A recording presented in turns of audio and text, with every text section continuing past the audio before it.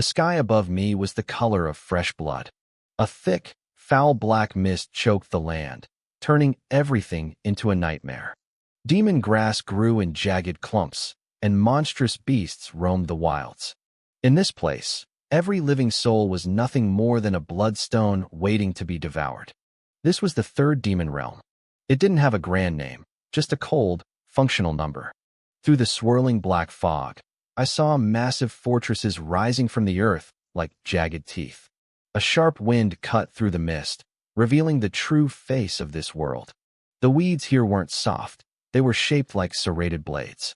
As they swayed in the wind, they sliced through nearby plants, their roots coiling around the fallen debris to feast on the nutrients.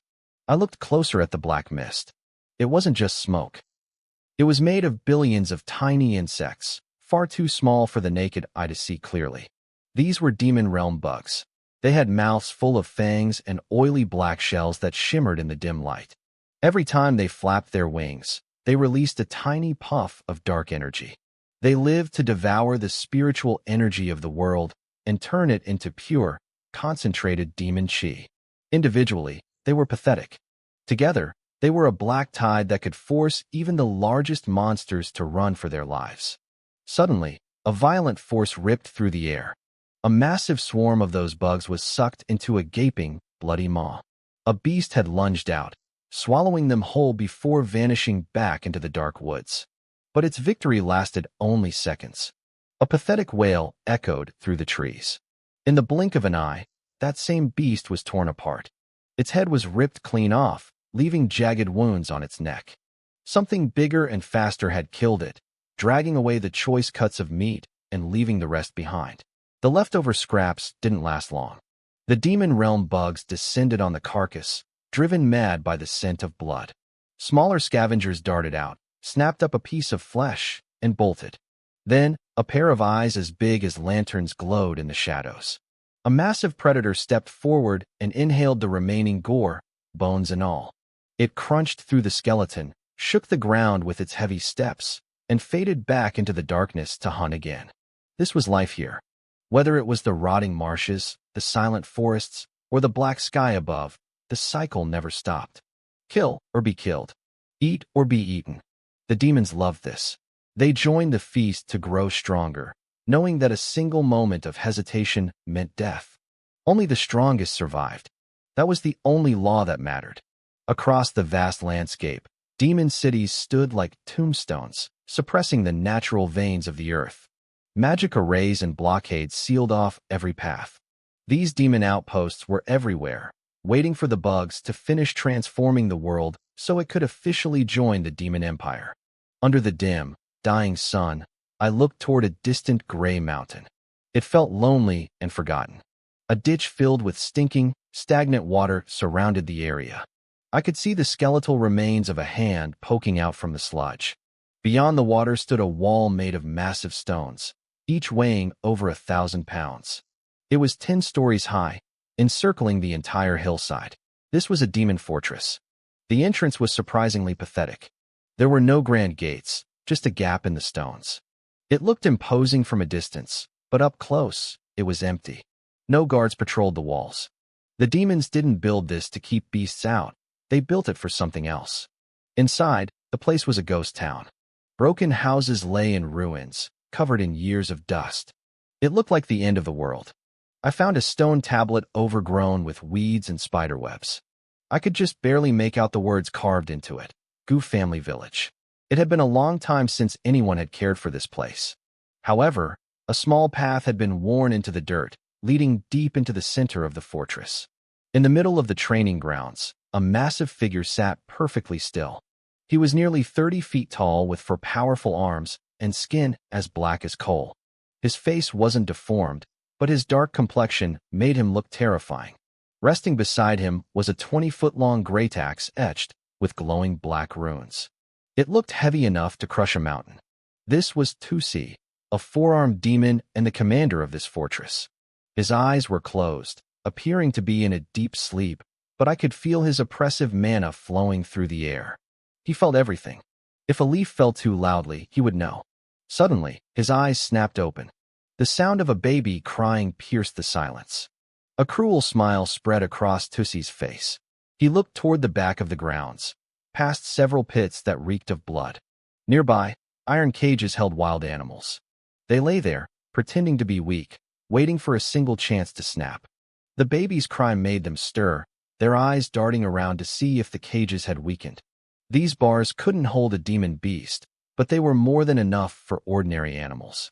Then, another cry joined the first. It was messy and loud, but it signaled the arrival of new life. Behind the pits stood a cluster of thatched huts. They were simple, but there were many of them. There was no smoke from cooking fires, but the ground was heavily trodden. The cries were coming from one of the larger huts. Through the window, the scene inside was clear. 10 pregnant women were lined up on beds. 2 of them had just given birth. Despite their exhaustion, they clung to their newborns with everything they had, trembling as if they expected someone to snatch them away at any moment. Standing over them was a demon. She had the face of a woman, though it was twisted into a permanent scowl. Her skin was smooth like silk, but her fingers ended in long, razor-sharp claws. She wasn't there to help them. She was there to watch. I watched the demon woman. She didn't stop the 2 mothers from clutching their children. She just stood there, her eyes fixed on the remaining pregnant women, waiting for the next life to drop. This demon was one of the leaders of the camp. They called her Meng Yin, a banshee. Her sole job was to manage the production of human slaves. That was the only reason this camp existed. We were kept alive to breed, and every part of us was used to benefit the demons. Human blood might be weak, but it still had value. It could be traded for demon crystals, even if the price was low. But the real profit was in our souls. If a human was killed and their soul extracted, it fetched a high price. Or, if they were trained to be strong, they became powerful servants or soldiers, tools to earn more crystals. That was why the demons didn't just wipe us out. They wanted to forge us into their own sharp swords. I looked at the women groaning in pain. Meng Yin didn't lift a finger to help. She just watched. These women were the descendants of generations of slaves. Even as children, they had been trained to use basic mana. They were circulating their inner energy now, trying to force the labor along. Most of them wanted it to be over quickly, but some were terrified. They knew that once the babies were born, Meng Yin would take them. After that, seeing them again would be impossible. One woman near me was shaking violently. Her sweat soaked the bed, and her screams were louder than the others. She was clearly in agony, but something was wrong. Her reaction was too intense. Meng Yin noticed it instantly. She didn't hesitate. Her long, razor-sharp claw flashed like a sword. With one swift motion, she sliced the woman's belly open. Good, Meng Yin muttered, her hands moving with cold precision. The baby is still alive. I can't afford to be short on this batch. She pressed her sharp fingers against the newborn's chest, pumping its heart until a sharp cry filled the room.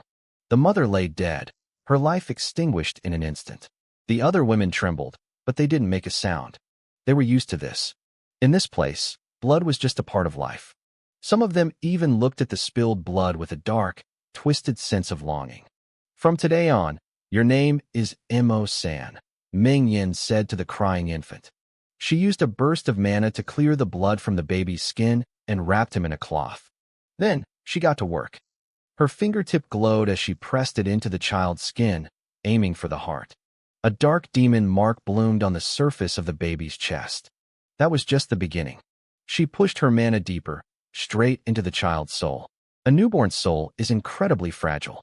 For a demon who had lived for centuries, branding it was easy. She carved a slave seal directly onto the soul. These seals were designed by the demon's sovereign himself.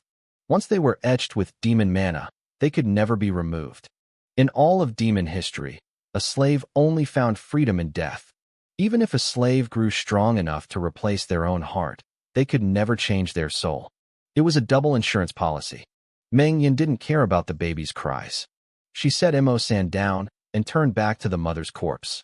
The blood was still warm. She tapped the woman's forehead, and a faint soul shadow flickered into her fingertips. She pulled out a small black bottle and trapped the soul inside. She wasn't done. She pulled out a small red bottle and used her mana to strip every drop of blood and essence from the body. Within seconds, the corpse shriveled into a dry, lifeless husk. She tossed the remains into a bag at her waist. With a wave of her hand, the blood on the bed vanished. The other women watched, their eyes filled with dread, but they quickly looked away. They went back to their own labor or tended to their newborns, terrified to make eye contact with the banshee. Meng Yin moved down the line, repeating the process. One by one, every infant was branded with the slave seal. Even the first 2 babies weren't spared. One mother had died, but to the demons, it didn't matter. Her soul and blood were worth just as much as her labor. Lord Tussi has granted you a few days of rest, Meng Yin announced coldly. Do not wander the camp. She used her mana to lift all 10 infants into the air, floating them behind her as she walked out of the hut. Only then did the mothers allow themselves to look toward the door, their faces twisted with grief. They knew those children were gone. The only thing they would ever recognize them by now was their slave number. Meng Yin walked toward the training grounds. She saw the imposing back of Lord Tussi in the distance and decided not to disturb him. She turned toward a quiet side path, the babies still crying behind her. She entered a small courtyard filled with dozens of rooms. A soft, rhythmic bell rang out, and the infants instantly fell silent. She pushed open a door to a room filled with rows of tables. With a flick of her wrist, she lined the babies up on the tables. As a banshee, her voice was naturally soft, but when she laced it with mana, it sounded like a haunting, soul-piercing wail. It was the sound that would define these children's lives from the moment they entered this world. I didn't want mindless puppets. Puppets are useless for the complex tasks the demon race requires. No, I needed servants, people with functional minds who were incapable of even thinking about disobedience. That was my job as a banshee. My name is Meng Yin. My cultivation level wasn't the highest in the camp, but my role was vital. I was the one who broke them before they even knew who they were. The rhythmic ringing of the bells in the courtyard wasn't just metal hitting metal. It was my own demonic energy, vibrating through the spirit-shattering bells. It wasn't just this room, either. Every room in this courtyard was filled with infants I had personally collected. Day and night, they lived under the influence of those bells. It was a slow, invisible poison that seeped into their souls, turning them into loyal dogs of the demon race. I stood in the center of the room and let my voice go. I laced it with mana, letting it echo like a haunting wail. To anyone else, it sounded like a funeral dirge, but these babies were the only ones who could truly hear the message hidden inside. Their weak, unformed souls were easy to mold. Years passed like a blur of blood and shadows. Under my blessing, the babies grew. They went from crying in swaddling clothes to sharp-tongued children. I changed their diet from blood soup to raw, dripping meat.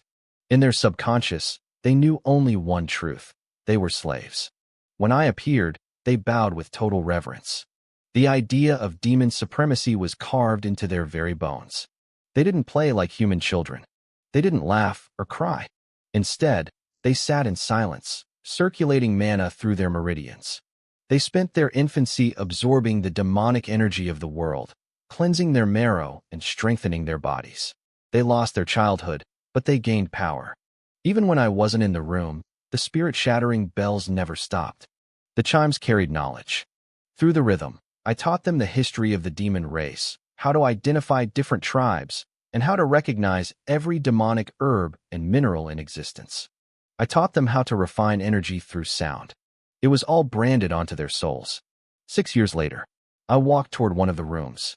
Inside, several young boys sat dressed in plain, coarse clothes. They looked innocent enough at first glance, but if you looked at the corners of their eyes, you'd see a terrifying ruthlessness. 6 years of demonic corruption had changed them. They weren't allowed to leave the room without my command, but they found ways to pass the time. Their playing wasn't like anything in the human world. They had no toys. Instead, they crowded around in a circle, watching 2 boys tear into each other. It was Mo Air and Mo Wu. They weren't just wrestling, they were trying to break each other. Punches landed with sickening thuds. They used mana to harden their fists and coat their skin to dull the impact. These kids had been eating raw meat since they could walk. Their strength was monstrous. Mo Air and Mo Wu were both bruised and swollen, but neither backed down. They were looking for any opening to finish the fight. Mo Air hit his ribs, one boy shouted. Mo Wu, take him down now, another cheered. They were so focused on the violence that they almost didn't notice me. But one boy was stationed at the window, watching a small mirror that reflected the path outside. Stop! Master Meng Yin is back, he hissed. The group scattered instantly. Mo Air and Mo Wu stopped mid-swing and scrambled back to their spots. By the time I pushed the door open, all 10 of them were sitting cross-legged on the floor, eyes closed in deep meditation. The small tables they used as infants had long been pushed into the corner. I felt the surge of mana in the room as they pretended to be diligent. I knew exactly what they had been doing. The spirit-shattering bells acted as my eyes and ears even when I was gone. I saw the bruises. I saw the blood. But I didn't punish them. Demons love conflict. If they wanted to beat each other senseless, it only made them better tools. Honestly, my only disappointment was that they hadn't tried to kill each other yet. Humans, even as children, lack that final bit of killer instinct. I placed the 10 new infants I was carrying into a side room and reactivated the bells to begin their conditioning. In the other room, Mo opened one eye. He glanced toward the door, sensing my presence moving away. He let his mana drift out, signaling to the others. Mo, what are you doing? Mo Wu whispered, his voice trembling with a mix of anger and fear. Master is back. If she catches us, we're all going to be punished. What are you scared of, Mo Wu? Mo retorted, turning to face him. She's busy with the new batch. Besides, you weren't even meditating. Is the pain in your face distracting you? Mo Wu gritted his teeth, but stayed silent. Mo Air didn't say a word either. He was too busy replaying the fight in his head, trying to figure out how he had lost the upper hand. In this room, they weren't friends. They were rivals. The others who were our age, they're gone, Mo said suddenly. His voice was cold, cutting through the tension. They left the courtyard and never came back. Don't you want to know where they went? The room went dead quiet. They had been raised on a diet of demonic indoctrination, and their human emotions were thin and brittle. But curiosity was a hard thing to kill. Mo Wu whispered. Is this because of that one time you were allowed to go outside? What did you see out there? Moc asked, his voice low. Did the nightmare demon give you special instructions? None of us looked surprised. We all had the same thought. Except for Mo. We had been trapped in this room for years, cut off from the world. If the nightmare didn't tell us something, we had no way of knowing it. Mo had been allowed to leave once. We didn't know what happened, but it was clear he had learned secrets during that trip. It was probably why he trained harder than anyone else and became the strongest among us. Do you really want to know? Mo asked, acting mysterious. He was only 6, but he already had the cold, calculating mind of a veteran. He was playing with our curiosity, pulling us in. If you're going to tell us, tell us. If not, forget it, Moc muttered. He wasn't begging. Mo didn't plan on keeping it a secret anyway. He began to explain. After 6 years, our temperaments were set. The influence of the soul-piercing demon bell was fading because we had already learned everything it had to teach. There was no point in staying in this courtyard anymore. We fought each other constantly, but those were just spars. There was no real risk of death. To the demons, we weren't useful yet. We were weak and lacked the instinct to kill or be killed. We needed a real, demonic tempering. Mo told us about the blood pits.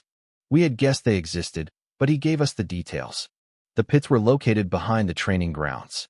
The blood had been drained, but the soil at the bottom was stained a deep, dark red. It reeked of iron and slaughter. Our opponents wouldn't be each other.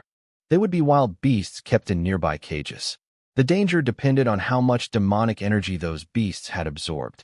Even though we had trained our bodies with mana since birth, killing a demonized beast was different from killing a normal animal. If a beast went into a frenzy, a child might not survive the encounter. I watched the others. Not everyone believed in Mo. He was cunning, but so were the rest of us. He didn't bother explaining further. He had given us a warning. Whether we took it was up to us. Suddenly, the door creaked open. The nightmare demon entered the courtyard and walked straight toward our room. We all went dead silent. We pulled our mana back instantly. Mo closed his eyes, pretending to be deep in meditation. I caught Mo glancing at Mo-san. Mo-san was always the quietest one. He never fought, never argued, and just watched from the sidelines.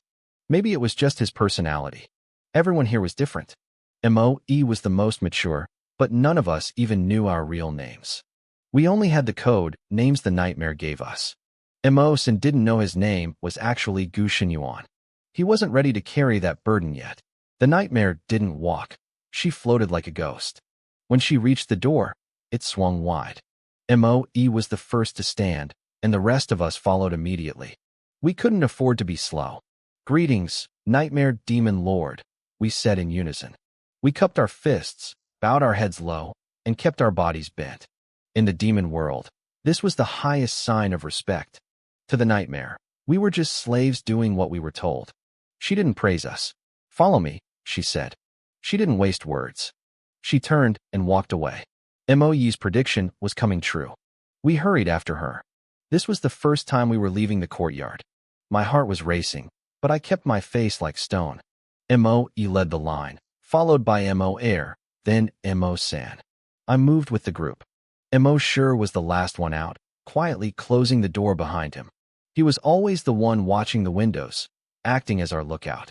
Outside, the world felt brand new. I didn't dare look around openly, but I used my peripheral vision to take everything in. Was this the outside world? I kept my head down. I had seen bits of this through the window, but being in it was different. We passed broken walls and ruins covered in strange markings. None of us could read them. The nightmare was right in front of us, so we didn't dare use our mana to probe the ruins for hidden traps. The characters on the walls were actually human writing, but after 1,000 years without teachers, that knowledge was dead to us. The nightmare floated silently. We followed her in a tight, fast formation. We moved quietly, our footsteps muffled by the wind. It wasn't a biological trait. It was a habit drilled into us by years of conditioning.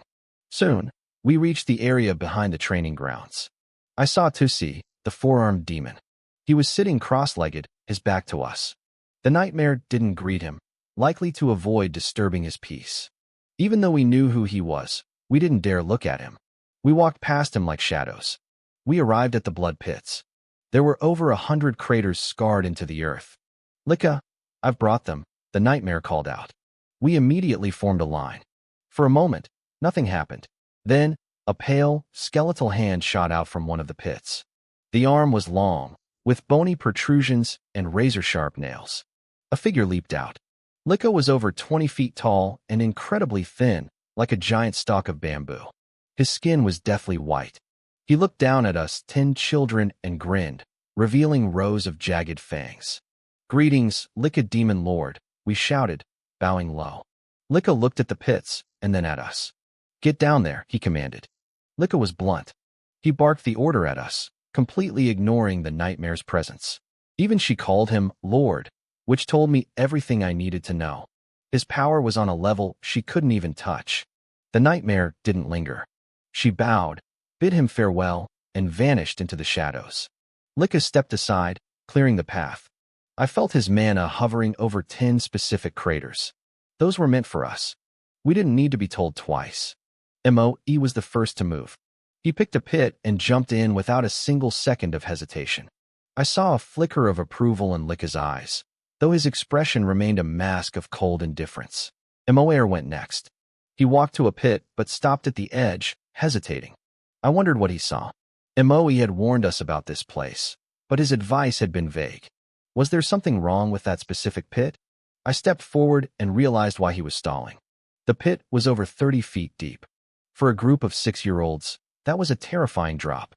We had spent our entire lives cooped up in training rooms. We had never seen anything like this. This jump wasn't just an entry, it was the first test. I took a deep breath.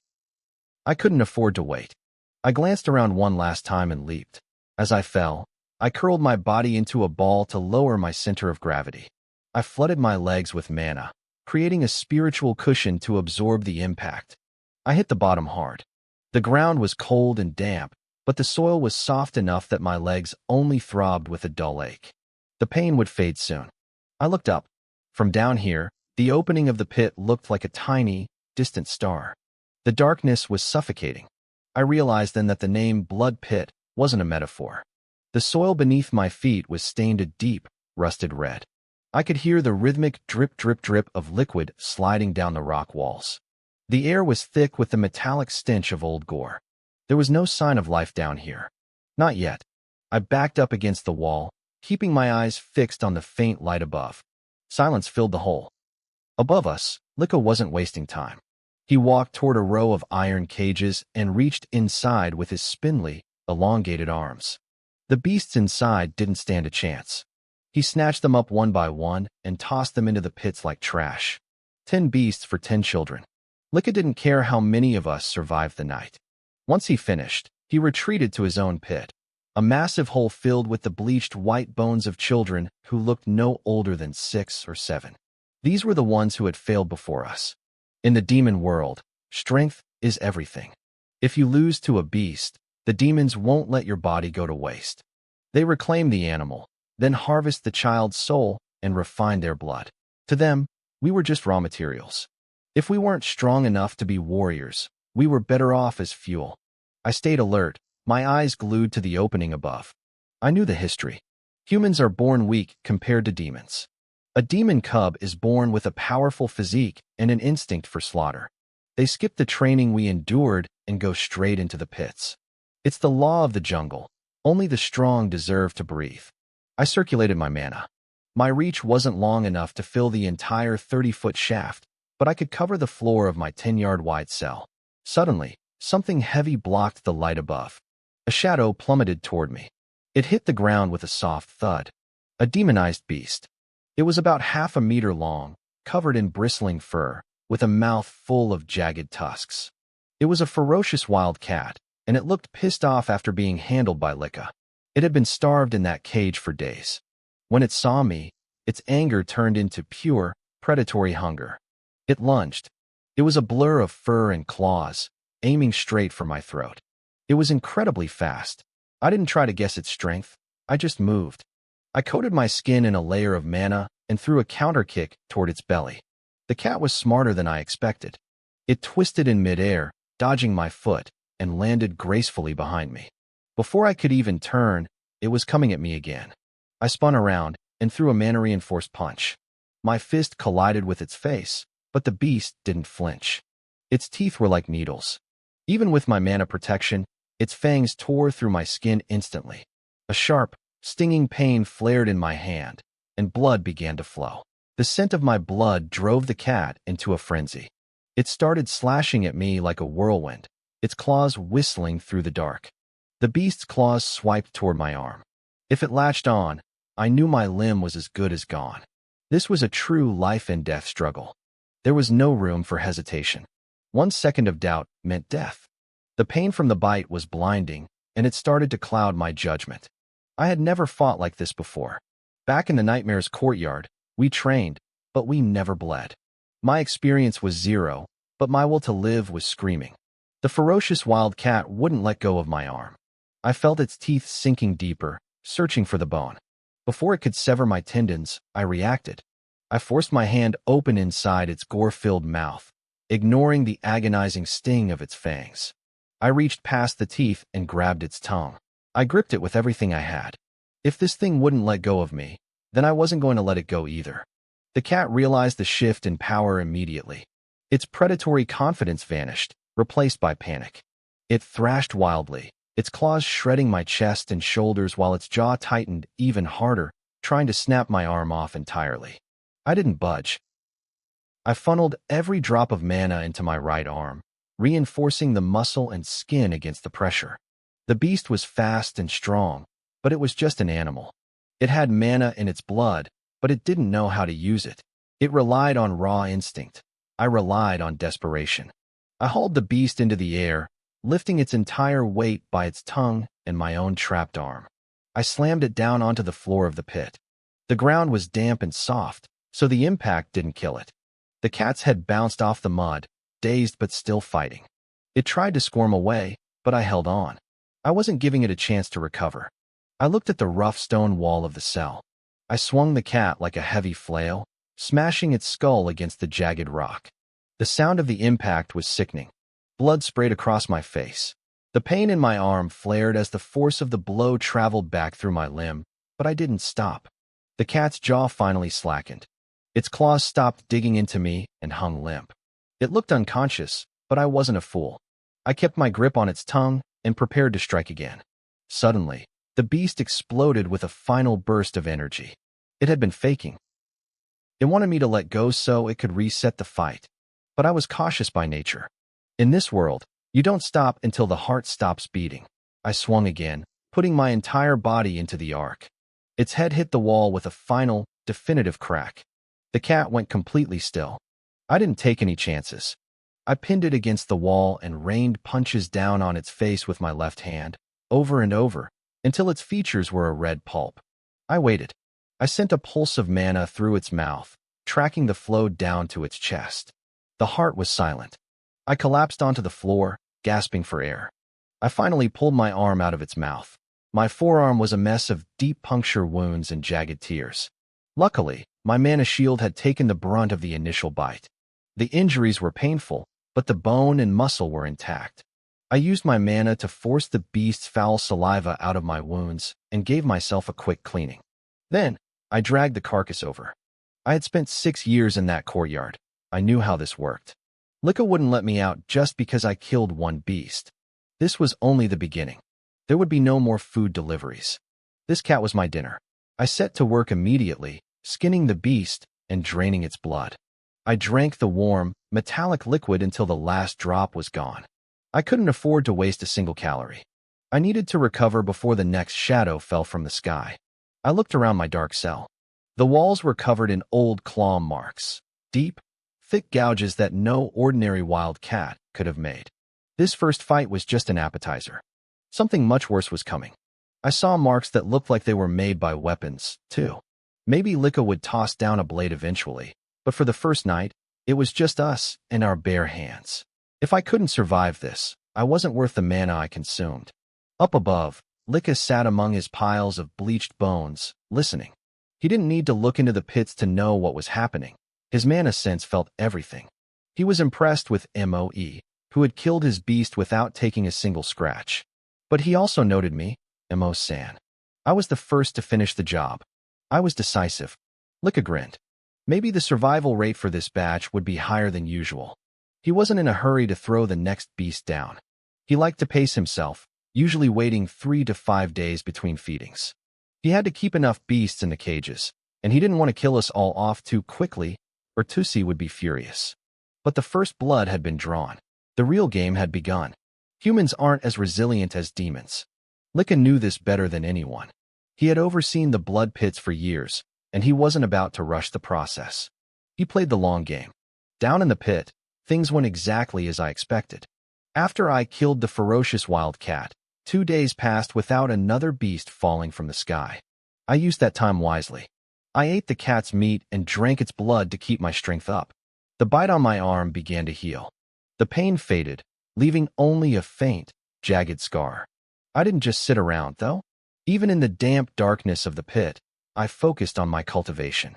I reached out with my mind, connecting to the thick, oppressive mana in the air. I pulled it into my body, using it to temper my flesh and bone. Back at the training compound, I had friends and safety. Here, I was alone. But my purpose hadn't changed. I was a slave to the demons, raised to be a sharp blade in their hands. In the classroom, I learned knowledge. In the pit, I learned to kill.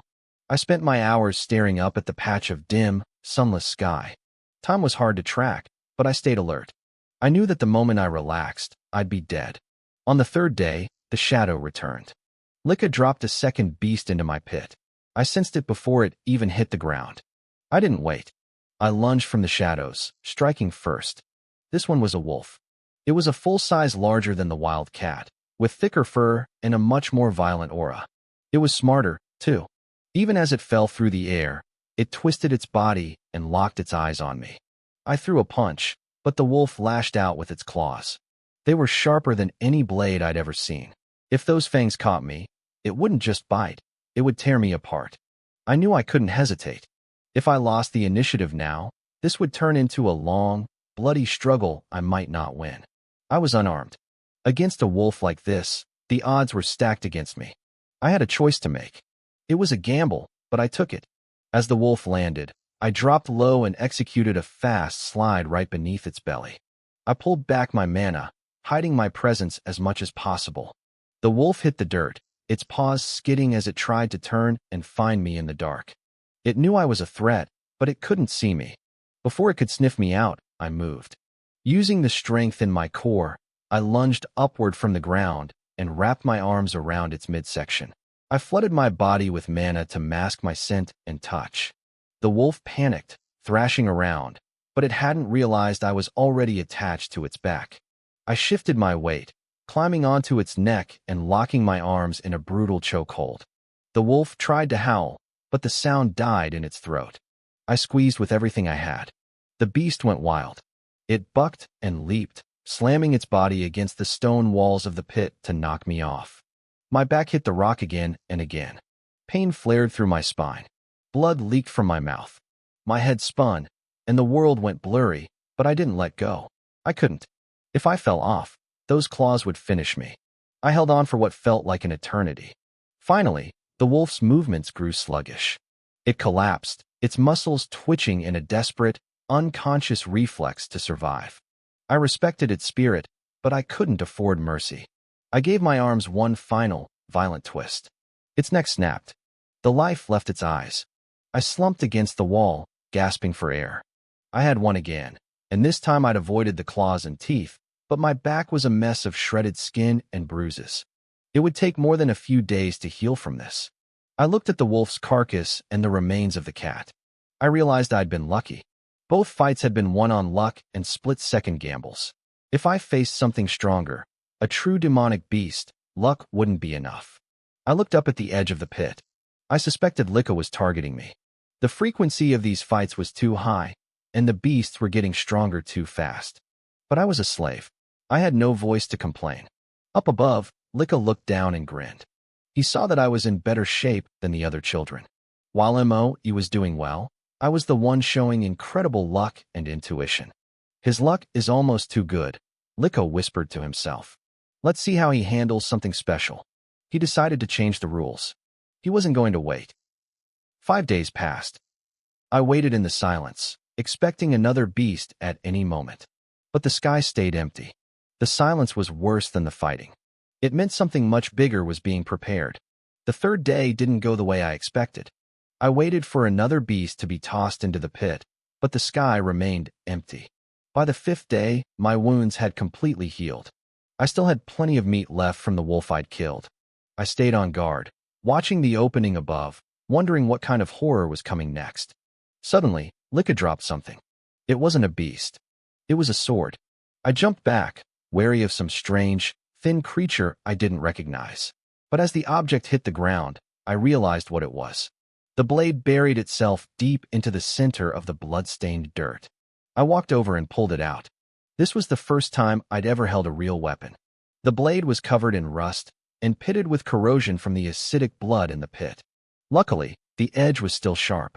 I channeled my mana into my fingers and wiped the blade. The rust vanished instantly. The sword began to glow with a faint, eerie light, radiating a sense of ferocity and demonic energy. I could feel a strange power humming inside the metal. It wasn't originally a demonic weapon.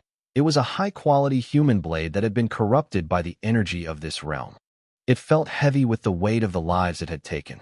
I closed my eyes and focused, using the mana refinement techniques I'd mastered. It didn't take long to bind the sword to my own energy. I looked up at the edge of the pit. Why did Licca give me this? I'd only been here a few days and fought 2 battles. My skills were still raw. I realized then that the next fight wouldn't just be a struggle. Without this sword, I probably wouldn't survive at all. I swung the blade. A flash of light cut through the air, leaving a deep gash in the rock wall. The power was incredible, but I felt a resistance. There was still a trace of spiritual energy inside the sword that fought against my demonic mana. It kept me from using its full potential, but the sheer sharpness was enough of a boost. I waited through the night, but no beast came. Maybe Licca wanted me to get used to the sword, or maybe he just wanted to wear me down. I didn't sleep a wink.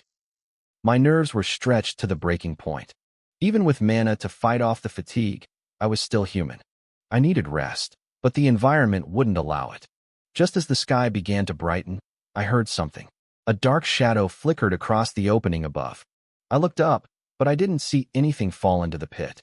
For a second, I thought I'd imagined it. Then, a cold shiver ran down my spine. I heard a faint, scratching sound. It was out of place in the silence of the crater. I scanned the upper walls and saw a shape clinging to the shadows. A tiny glint of light caught my eye. The scratching grew louder, moving closer. It wasn't a roar or a growl. It was a high-pitched, screeching sound that made my skin crawl. The creature finally stepped into the light. It was a scrawny demonic scorpion, about half a meter long. Its head was small, but its dual pincers were long and wicked. It reeked of fresh blood. As it moved, I noticed something horrifying. Its stinger was gone. The stump was raw and bleeding, dripping thick gore onto the floor of the pit. I didn't have time to wonder what had mutilated it. The moment the scorpion spotted me, it lunged. It was incredibly fast. I dove to the side just as its pincers slammed into the rock wall where I'd been standing. The stone shattered like glass. If that had hit me, my mana-reinforced skin wouldn't have mattered. My body wasn't harder than solid rock. This thing was a true ferocious beast. Even wounded and without its stinger, it was leagues stronger than the cat or the wolf. I scrambled to my feet, my heart hammering. The scorpion turned with terrifying agility. I swung my sword, but the creature didn't even flinch. It snapped its pincers at me, trying to disarm me. I knew if I lost the sword, I was dead. I didn't pull back. Instead, I poured every ounce of strength into the strike. The blade collided with the scorpion's head with a loud metallic clang. The recoil nearly numbed my arms. I checked the damage with my mana sense, but there was only a faint white mark on its shell. It wasn't even hurt. The pincers came at my throat again. It was faster than I could think, driven by a pure, predatory instinct. I realized that even though it was half dead from its previous injuries, it was still a monster. I noticed the stump of its tail was its only real weakness. It had already lost more than half its blood. The scorpion lunged again, aiming for my neck. I used the momentum of its charge to plant my foot on the wall and launch myself into the air. I flipped over its back, soaring just out of reach of its snapping pincers. As I landed behind it, I didn't hesitate. I slashed downward, right into the open wound where its tail used to be. Fresh blood sprayed everywhere. The scorpion let out a piercing screech of agony. Its ferocity doubled. I knew this was my only chance. I didn't let up. I swung again, aiming for the same spot. The scorpion tried to twist away, but I was faster this time. The blade buried itself deep into the mangled flesh. Blood erupted like a fountain. The creature was losing its mind. Before, it saw me as just another meal. Now, its eyes were filled with a murderous hate. I was no longer just a slave in a pit. I was a lethal threat, and I knew that if I didn't finish this now, it would be the last thing I ever did. I had finally become a real threat to its life. The scorpion spun around, its massive pincers whistling through the air toward me. It was incredibly fast. Luckily, I wasn't greedy. As soon as my second strike landed, I threw myself backward, putting as much distance between us as possible. The monster opened its jagged maw, desperate to swallow me whole, but I wasn't going to make it that easy. It chased me, relentless and hungry, eventually pinning me into a corner again. I had to face the facts. In terms of speed, strength, and raw defense, I was completely outclassed. In a fair fight, I didn't stand a chance. But in this blood pit, it was kill or be killed. Fear wasn't an option. The situation looked exactly like it had moments ago. I hesitated for a fraction of a second, but my feet didn't slow down. I sprinted at the rock wall, preparing to wall run again. But this time, the scorpion was ready. It raised both pincers, blocking my escape routes, and lowered its belly to the ground. It was winding up to spring. If I hadn't noticed that subtle shift in its weight, I would have been dead the moment I took flight. I didn't try to counterattack this time. Instead of jumping high, I pivoted hard to the side, diving through the shallow, bloody water. The scorpion launched itself into the air, snapping its pincers where my head had been just a second before. I wasn't out of the woods yet. It lunged again while I was still recovering. I thrust my sword against its closing pincers. The blade bent under the pressure, acting like a spring. Using the weapon's flexibility, I launched myself away, finally escaping its reach. My heart was hammering against my ribs. Now I knew exactly how high it could jump. As long as I didn't let it predict my landing, I could stay alive. Up above, Lika was watching the whole thing. He lay lazily on a pile of bleached white bones, observing my every move. He seemed impressed that I was targeting the beast's weaknesses instead of trying to bash through its armor. Normally, Lika wouldn't throw a ferocious beast into a pit with a trainee like me for at least another 2 years. But this scorpion was special. It was so wild that it had eaten its own tail while trapped in its cage just to stay active. Lika loved watching the hopelessness of it all. He had done this before, putting broken monsters against inexperienced children. Usually, the kids were paralyzed by fear and died instantly. He had given me a sword just to see if I could provide a better show. He didn't expect me to actually hold my own. Half an hour passed. The pit was a blur of red and shadow. One mistake meant death, and I was the weaker player in this game. I was panting, my lungs burning with every breath. I had led the beast in circles, using the walls to escape every time it cornered me. It tried to predict where I would land, and every time it missed, it felt like a miracle. The scorpion was bleeding out. The 2 deep wounds I'd carved into its tail stump were fountains of dark gore. The pit floor was slick with its life force. It was a small creature, and it couldn't have much blood left, but its stamina was terrifying. It was no longer thinking. It was pure predatory instinct, a dying machine that refused to stop. Its eyes were empty and cold, filled with the silence of the grave, yet its pincers never slowed down. I couldn't sense its internal state, but I knew it was reaching its limit. Another half hour dragged by. Finally, the scorpion's movement stuttered. Its violent assault crumbled. It collapsed onto the ground, its legs trembling. Even then, it feebly waved its pincers, trying to catch me one last time. The weight of its own limbs seemed too much for it to carry. I didn't rush in. I circled it cautiously, staying several meters away. I went behind it, waiting, watching for any sign of a trap. Finally, I saw my opening. I lunged forward, leaping onto its back. I found the narrow gap in its armor right above its head and drove my sword in with everything I had left. The scorpion gave one final, violent shudder and went still. It was dead. The weight in my chest finally lifted. I gathered what remained of its blood and butchered the meat, dragging the prize to the center of the pit. Then, I retreated into the darkest corner. My mana was gone. My strength was spent. My mind was a fog of exhaustion. I closed my eyes and fell into a deep, dreamless sleep right there in the dark. I had survived, but I had given everything to do it. In the end, I was the one who came out on top. I had outlasted the demon scorpion, grinding it down until its life simply flickered out. About an hour passed. I was still buried in a heavy, bone-deep sleep when a long, thin shadow flickered over the edge of the blood pit. It moved silently, dropping into the pit like a whisper. It was a Baiqing ghost python. This was another gift from Lika. A little extra attention just for me. The python was a wild beast, nothing more.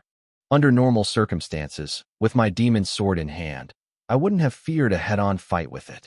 But I wasn't awake. I was lost in the exhaustion of the previous battle. If that snake caught me off guard, I'd be poisoned or shredded before I could even blink. The python was as thick as a man's arm. Its mouth was a forest of fangs, 2 of them dripping with visible venom. It slithered closer, but then it stopped. I had left the butchered remains of the scorpion in the center of the pit. To a starving predator, that meat was a treasure trove of essence and energy, far richer than my own lean frame. The python couldn't resist. I lay in the corner, my breathing so shallow and steady that I seemed like a corpse. To the snake, I wasn't a threat. I was just part of the scenery. It coiled its body around the scorpion meat and began to gorge itself. The sound of it swallowing was faint. It had clearly been starving for a long time. In 10 breaths, it had already gulped down a massive chunk. The fresh blood on the meat only drove it into a deeper frenzy. What was that? Even in my daze, something felt wrong. I snapped awake. I didn't move a muscle, but I pushed my mana outward, sensing everything around me. I felt the intruder immediately. My fingers tightened around the hilt of my sword. I lunged. The python was just a beast. It couldn't react to a strike fueled by desperate survival. My blade flashed, shearing through its body and cutting it clean in 2. Its bright red heart was exposed, still beating. The first strike hadn't killed it, but it had separated the heart from the upper body. I didn't give it a second chance. I swung again, pinning its head to the dirt with the tip of my blade. I stepped forward, tore the heart from the carcass, and swallowed it whole. I watched the rest of the snake's body writhe and coil, its mouth snapping at the air as it slowly died. I cleaned the carcass, buried the remains I couldn't use, and retreated back into the shadows. I closed my eyes again, pretending to sleep. But I wasn't resting anymore. I kept a fraction of my mind alert, ready to snap awake at the slightest vibration. High above, Lika stared down into the pit. "I didn't expect the python to eat you," Lika muttered to himself, sounding almost bored. "But I didn't think you'd kill it without taking a single scratch. I gave you that demon sword, so I suppose using ordinary beasts to test you is a waste of time." Lika had dropped that snake in just for fun. He didn't care if I died. To him, there were hundreds of human children in these pits. Losing one or two meant nothing. He only followed the rules because the great demon Tusi demanded results. If it were up to Lika, he would have tortured thousands of us to death just to hear the screams. My survival had piqued his interest. That was a dangerous thing. It meant the fights would only get bloodier. He was going to push me to the very edge of death, over and over again. In the demon world, there is no room for the weak. For years passed. I was 10 years old now. I stood over 5 feet tall, my body lean and hard. I wore clothes stitched together from the skins of the beasts I had slaughtered. My bed was a pile of furs in a damp, freezing corner of the pit. I sat in the darkness, perfectly still. My breathing was long and rhythmic, like a predator waiting for the kill. Over the years, I had learned to hide my presence entirely. My mana was pulled tight inside me, refined by 1,000 life and death struggles. A cold wind brushed past. A shadow dropped from the top of the pit. Before it even hit the ground, it vanished into the gloom. I moved instantly. I drew my sword. This blade had tasted the blood of countless wild beasts, fierce predators, and even low-level monsters. I had tempered it with my own mana until the original spiritual energy of the blade was gone, replaced by something darker. The hilt and blade were now a deep, bruised crimson, radiating a violent, bloodthirsty aura. I called it blood red. I flooded the pit with my mana, tracking the intruder. My eyes locked onto the creature. It was a black yuan beast, a true magic beast. It was pitch black, with a head like a leopard and a body like a tiger. Its tail was a thick, writhing tentacle that lashed the air. When it opened its mouth, thick, black liquid dripped from its fangs. Unlike the animals from my first year, this thing could control mana. It was an equal. The black yuan beast moved silently along the rock wall. It had sensed me the moment it landed. We were both hunters now. There was no need for caution anymore. The beast leaped. It pounced with claws wreathed in powerful mana. Its tentacle tail whipped toward my head, and it spat a glob of that foul black liquid at my chest. It was faster and stronger than anything I had faced before. The force of its movement made the entire pit tremble. But I wasn't that scared 6-year-old anymore. I gripped blood red and moved in a blur. I stepped perfectly out of the beast's reach. As it lunged again, I didn't retreat. I swung my sword, sending a wave of compressed mana through the air. I wasn't aiming for its heart. My control was precise. I aimed for its eyes. The black yuan beast let out a deafening roar. It released a burst of its own mana from its throat, a shockwave that shattered my sword light before it could strike. This was a real fight. This was what it meant to survive in the pits. The black yuan beast's mana control was just as sharp as mine. I knew that first sword light wouldn't be enough to take it down, but I didn't need it to. It was a distraction. While the beast was busy shattering my energy wave, I lunged. I moved like a ghost, my body flickering between fast and slow to mess with its depth perception. This was my own creation, the shadow snake step. I had spent years watching how vipers moved, mimicking their fluid, unpredictable strikes until it became second nature. With my mana fueling my feet, I left behind a trail of blurred afterimages. The beast was sensitive to the shift in the air. It roared and swiped a massive paw, trying to knock blood red out of my hand. I adjusted my grip, letting the force slide off my blade. Suddenly, black tentacles erupted from the creature's limbs. They whipped toward me, some aiming for my throat, others trying to bind my sword. I didn't panic. I pushed off the ground with a burst of mana, launching myself forward. I let go of my sword for a split second, guiding it with my energy like a hidden needle. The blade buried itself deep into the beast's hind leg. The creature shrieked. It redirected its tentacles to grab the sword, but I was already there. I snatched the hilt and ripped it out, blood spraying everywhere. The liquid was pitch black and smelled like rotting meat. I didn't stay to admire my work. I stepped back, vanishing into the shadows of the pit.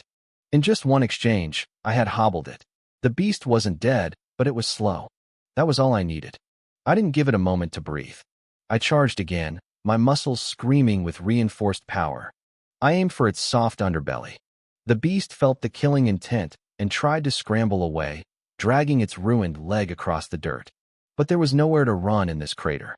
It was a cage, and I was the jailer. I thrust blood red forward.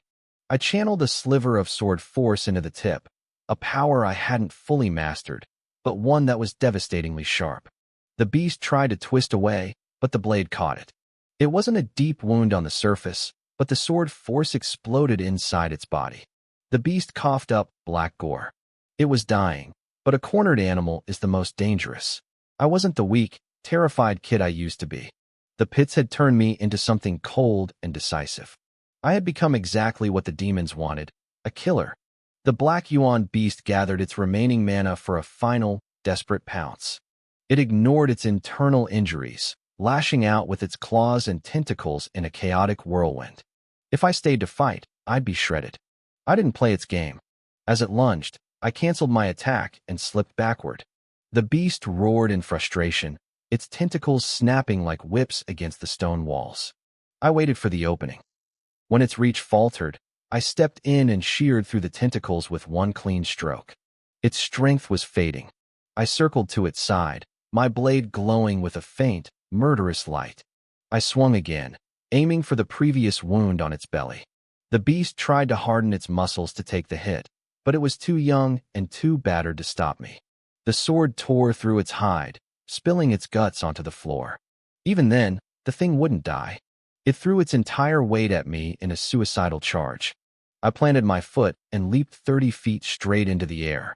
The beast slammed headfirst into the jagged rock wall with a sickening crack. It slumped to the ground, its skull shattered. It had used every ounce of its life force for that final miss. I dropped from the air like a stone, driving blood red through its neck. The struggling stopped. The beast was still. I gripped the hilt tight and began to circulate my mana. I could feel the sword hungrily drinking. It pulled the blood, the essence, and the lingering malice right out of the beast's carcass. Every drop of energy was pulled into the steel, refining the blade. The corpse shriveled, turning gray as the mana was stripped away. I couldn't refine all that power instantly, but it didn't matter. Blood red felt heavier, sharper, and more alive. I stood in the dark, blood-stained pit, ready for whatever they decided to throw down next. For years, I had survived by using every scrap of power I could find. I wasn't just a fighter, I was a scavenger. I used my own strength to slaughter beasts, fierce creatures, and even low-level demons. I wasted nothing. That was the only reason my sword, blood red, had grown so terrifyingly powerful. I looked down at the carcass of the Black Yuan beast. The blood had been drained. The murderous aura had vanished. Now it was just meat. For a human body like mine, this flesh was finally safe to eat. While the beast's body was still warm, I sliced off a thick chunk and tossed it into my mouth. It looked pitch black, but the meat was surprisingly tender. It didn't taste great, but to me, it was a feast. I chewed slowly, methodically processing the beast. In battle, I was a whirlwind of violence, but I never neglected the aftermath. Survival meant being thorough. Once I finished my meal, I took a moment to breathe. I knew Lika wouldn't throw another monster down here for a while. Up above, Lika was lying in a pile of bones, listening to the rhythmic clacking of skeletons hitting each other. He seemed satisfied. Out of this batch, 6 had survived. They were already capable of killing multi-year-old demons. It's time, Lika muttered to himself. Let's start the final blood pit trial. I hope at least half of them make it. Suddenly, his voice boomed through the pits. One day is up. Come out. He used a mana transmission technique. It wasn't particularly advanced. Even as a child, I could do something similar, but Lika's control was incredibly precise. I was surprised to hear the command, but I knew my ears hadn't deceived me. I stood up and looked at the towering walls of the pit. Years ago, these walls were an impossible barrier, a death sentence. Now, leaving was easy. I had spent so much time killing in the dark that I had almost forgotten the world above. Part of me felt a strange hesitation, not because I loved this hole, but because I had become a creature of slaughter. Still, I was curious about what lay beyond. I kicked off the jagged rock wall, my body soaring upward like a bird. In a flash, I cleared the edge and landed on the solid ground above. Lika was standing there, his massive eyes fixed on me. I reacted instantly, bowing low. "Greetings, Lord Lika," I said, my voice steady. One by one, others began to emerge from the nearby pits. They looked just like me, dressed in rough animal skins, clutching various weapons. Some had swords, others daggers. We all had the same look in our eyes, cold, sharp, and hollow. I kept my head down, but my peripheral vision scanned the area. There were 5 others besides me. 6 survivors in total. It had been 4 years since we were thrown down there. Our voices had dropped, our bodies had grown, and our faces had changed, but there was still a lingering recognition between us. I remembered the order from 4 years ago. I was the 3rd one to enter the pits. I looked toward the pit Moair had chosen. The edge remained silent. Moair never appeared. I knew what that meant. No one dared to disobey Lika. If he wasn't here, he was dead, likely torn apart by whatever beast had been dropped into his hole. My gaze shifted to Moe. He had changed the most. The slight arrogance he once had was gone, replaced by a terrifying, restrained, killing intent.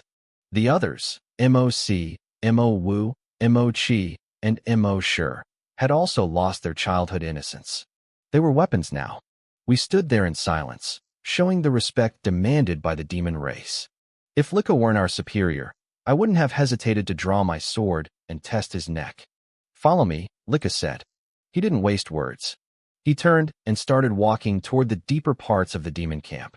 He was over 10 feet tall. Even though he wasn't running, his long strides forced us to move quickly to keep up. The pressure radiating from him was suffocating. Moe took the lead, just like before. With Moair gone, I was right behind him. None of us felt any grief for our fallen comrade. We couldn't afford to be sentimental. Lika led us to a new pit. This one was massive, far larger than the individual holes we had lived in. Lika stepped aside and gestured for us to jump. It was exactly like 4 years ago, but the stakes felt much higher now that we were being grouped together. A wave of dread washed over the group. Was this a bone cultivation trap? Were we being thrown in to kill each other until only one remained? I watched the others. They were clearly calculating the risks, eyeing the person next to them. I was especially worried. Moe was going in first. If the goal was for us to kill each other like insects in a jar, he would have the advantage. He could strike the moment the next person landed, thinning the competition to increase his own chances of survival. I knew I couldn't hesitate. I had to jump in right after him. I couldn't trust Lika's mercy. I had to minimize the gap, so Moe wouldn't have time to scout the terrain or set an ambush. If I landed right on his heels, he'd be forced into a fair fight rather than a backstab. Moe stepped off the ledge. I followed him instantly, my hand tight on my hilt. Behind me, the others realized what I was doing and scrambled to follow, terrified of being the last one down. As we vanished into the dark, Lika sent out another telepathic message. "Nightmare, the pits are empty. Send them in." Back in the main courtyard, the soul-chilling bells began to ring. The nightmare pushed open a heavy door, and a new group of human children shuffled out. They followed him toward the pits, their small faces filled with terror. It was a perfect mirror of the day I arrived 4 years ago. The cycle was beginning again. The next wave of children was already lining up, ready to be thrown into the pits. But Lika didn't leave. To my surprise, the towering demon lord conjured a lounge chair out of thin air and sat back. He was staying to watch the show. I could feel his massive mana spreading out, blanketing the entire pit like an invisible net. Nothing happening down here would escape his eyes. He was especially interested in our group. He expected something interesting to happen, and in this world, interesting usually meant bloody. I hit the bottom of the pit an instant after Moe. We were less than a breath apart. Right behind us, Moc, Mo Chi, and Mo Sure tumbled down. The darkness was thick, and the air smelled of old iron and rot. We didn't say a word. Without needing to be told, the 6 of us scattered. We retreated into different corners of the pit, hiding in the shadows and eyeing each other. Moe let out a cold, sharp laugh. I didn't blame him for the cynicism. In this place, caution was the only thing that kept you breathing. We all found what we thought were safe positions, pressing our backs against the cold stone walls. Now that Licca wasn't standing directly over us, we let our mana drift out, testing the air, scouting the terrain, and tracking each other. We were all prepared for a slaughter. If Licca wanted us to kill each other, we were ready. But no one moved. In a fight like this, the first person to strike is usually the first to die. We had grown up together, and while the demons had raised us to hate one another, there was no real grudge between us yet. It was just a cold, hard fact. For one of us to live, the others had to die. But until we were forced, no one wanted to start the dance. Then I saw it. In the center of the pit, illuminated by a faint, sickly glow from above, stood a cage. It looked exactly like the cages back in the courtyard, but something was wrong. Even in the dim light, the inside of the cage was pitch black, solidly dark, as if it were filled with thick ink. It radiated a heavy, suffocating pressure. I focused my mana, trying to peer inside, but my senses hit a wall. The cage was covered in glowing demon runes that blocked all detection. My heart hammered against my ribs. Was there a powerful beast in there? Or something worse? I wasn't the only one wondering. I could feel the others tensing up in the dark. We all realized that the cage, not the person next to us, was the real threat. Suddenly, a wave of overwhelming power washed over the pit. It was Licca. With a flick of his will, his mana slammed into the cage, shattering the runic seals. The cage door groaned. In that absolute darkness, a pair of eyes snapped open. They glowed with a feral, murderous light. A massive surge of mana erupted from the cage, cold and ancient. This wasn't a beast. It was a 10-year demon. In the demon world, power is measured in time. If you don't become a demon god, you are just an insect. But by surviving, killing, and eating your own kind, you grow. 10 years, 100, 1,000. The longer you survive, the more terrifying you become. We had been training for 10 years, but this thing was different. 10-year was just a category. It could be anything from a decade to a century of raw killing power. Hateful humans. A raspy, guttural voice hissed from the cage. You dare imprison me? I will make you pay in blood. The cage shattered. A shadow blurred through the air, moving with impossible speed. It didn't make a sound. It didn't even seem to touch the ground. It lunged straight for Emoshur. Damn it, Emoshur cursed. He was the target. Maybe the demon thought he was the weakest, or maybe it saw him as the biggest threat. Either way, Emoshur was fast. He pulled his twin crescent blades, weapons he had trained with for years, and crossed them in front of his chest just as the shadow reached him. But the demon was smarter than a beast. It was a feint. Mid-air, the creature twisted its body and redirected its momentum toward Mo Wu. Mo Wu had been standing there, relieved that he wasn't the first target, and the sudden shift caught him completely off guard. He scrambled to raise his magic sword, but the demon moved like a ghost. It slipped past his guard, its long, jagged claws reaching straight for Mo Wu's throat. Mo Wu tried to throw up a mana shield, but it was like trying to stop a landslide with a silk sheet. Work together, or we all die, Moe screamed. He didn't hesitate. He lunged forward, his blade flashing in the dark as he tried to intercept the monster. The rest of us froze for a split second, stunned by the creature's sheer ferocity. This was nothing like the beasts we had hunted before. This thing had a human-like intelligence and a soul full of malice. A streak of red light cut through the shadows. Mo Wu managed to jerk his head back at the last microsecond, but he wasn't fast enough. 3 deep, jagged gashes ripped across his face. Blood sprayed into the air, hot and metallic. He stumbled back, his hands glowing as he desperately used his mana to clamp the wounds shut, his eyes wide with pure terror. We weren't just trainees anymore. We were prey. Mo-san was the first to act. He didn't hesitate. He drew his blood-red magic bow and loosed an arrow straight at the demon's heart. The projectile cut through the air with a whistle of pure mana. The demon sensed the danger and twisted mid-air, forced to retreat. It didn't dare take that hit head-on. There were 6 of us left. Even though Mo Wu was bleeding, he wasn't out of the fight yet. "Watch out. Its claws are poisoned," Mo Wu shouted. I looked over and saw the gashes on his face turning a sickly, bruised black. He gritted his teeth and used his fingers to squeeze the tainted blood out, forcing the toxin from his system before it could reach his brain. The demon didn't wait for us to regroup. It pivoted and lunged at Mo Sure. Mo Sure had let his guard down for a split second, thinking Mo Wu was the main target.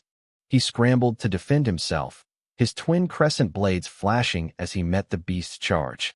But this thing was built like solid iron.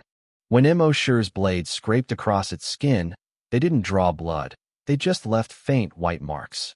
The demon stayed glued to him, moving so fast that Mo Sure couldn't find the space to swing with full power.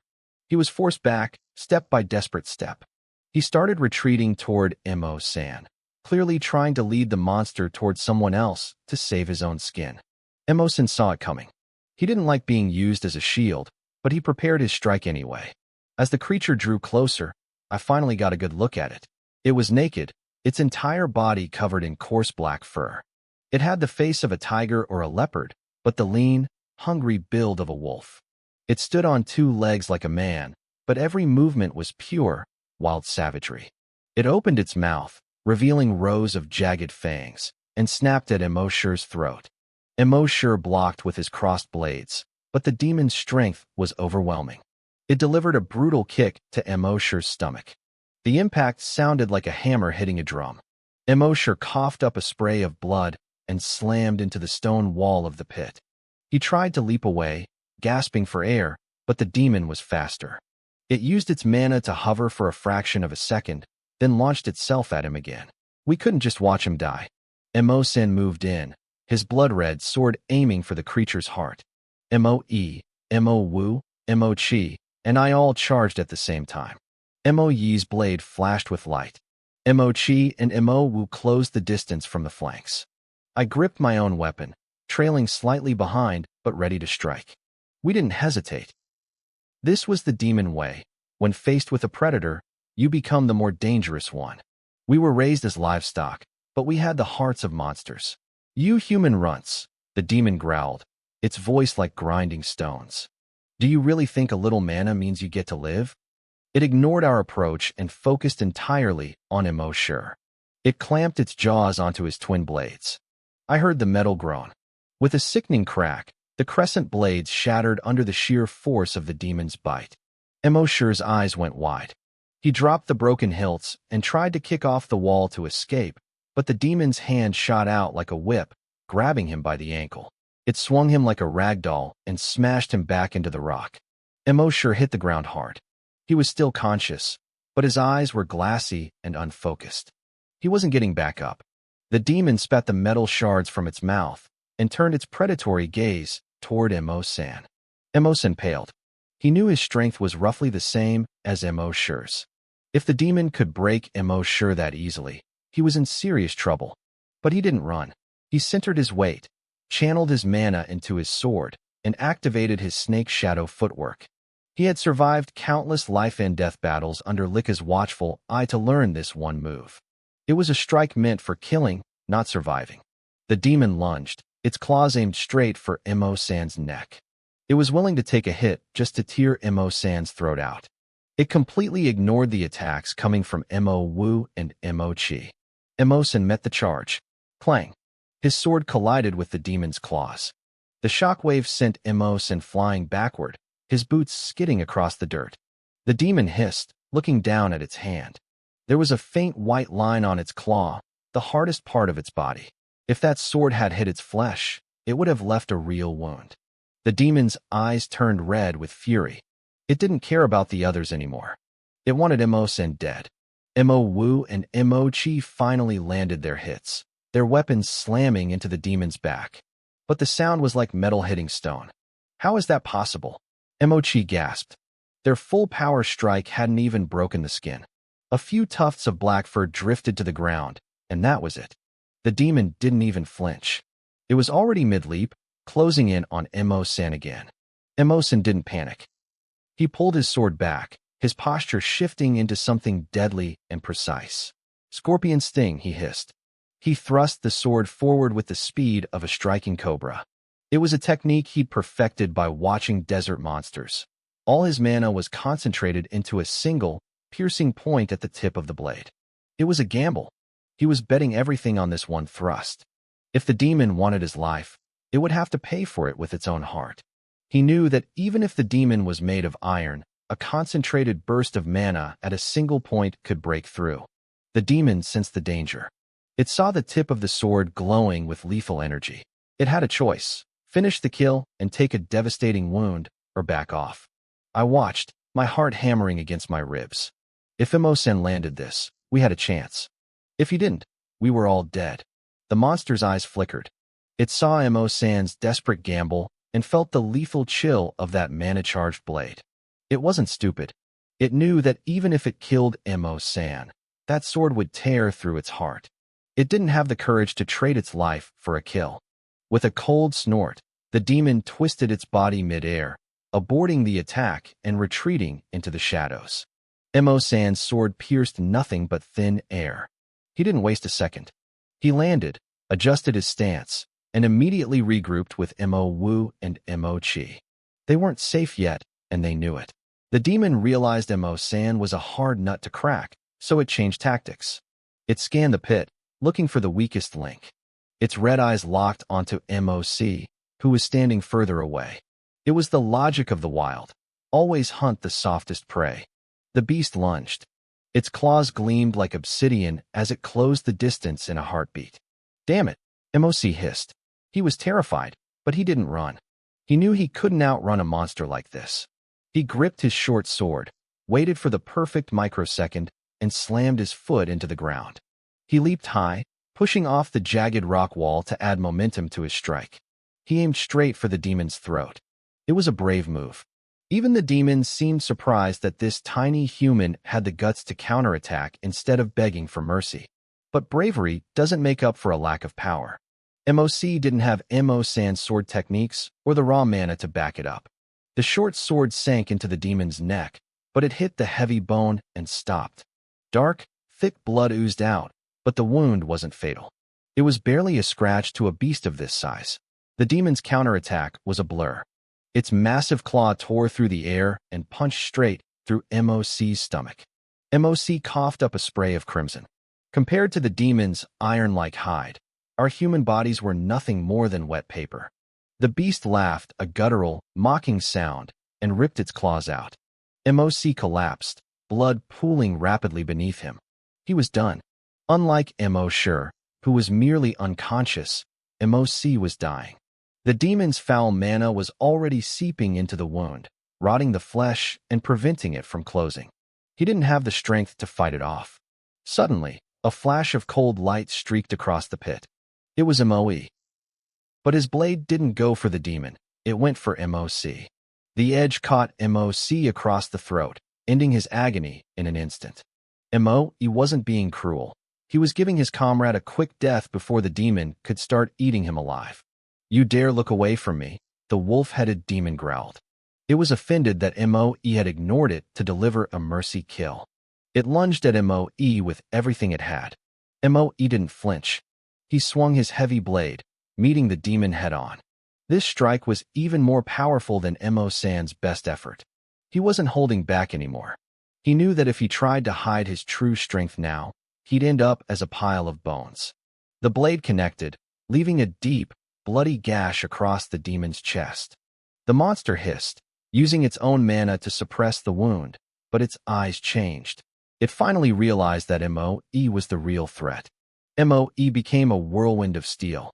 He hacked and slashed, forcing the demon into a corner. He was dominant, but he was also cautious. Every time the demon tried to get close enough to use its superior physical strength, Imo-i backed off just enough to stay out of range. He knew one punch or kick from that thing could shatter his ribs. Seeing the opening, Imo-san, Imo-wu, and Imo-chi rushed in to help. They surrounded the beast, blades flashing from every angle. The demon was starting to look desperate. With Imo-i pinning it down and the others closing in, it was about to be trapped. But then, The demon's body began to blur. It started to melt into the shadows cast by the pit walls.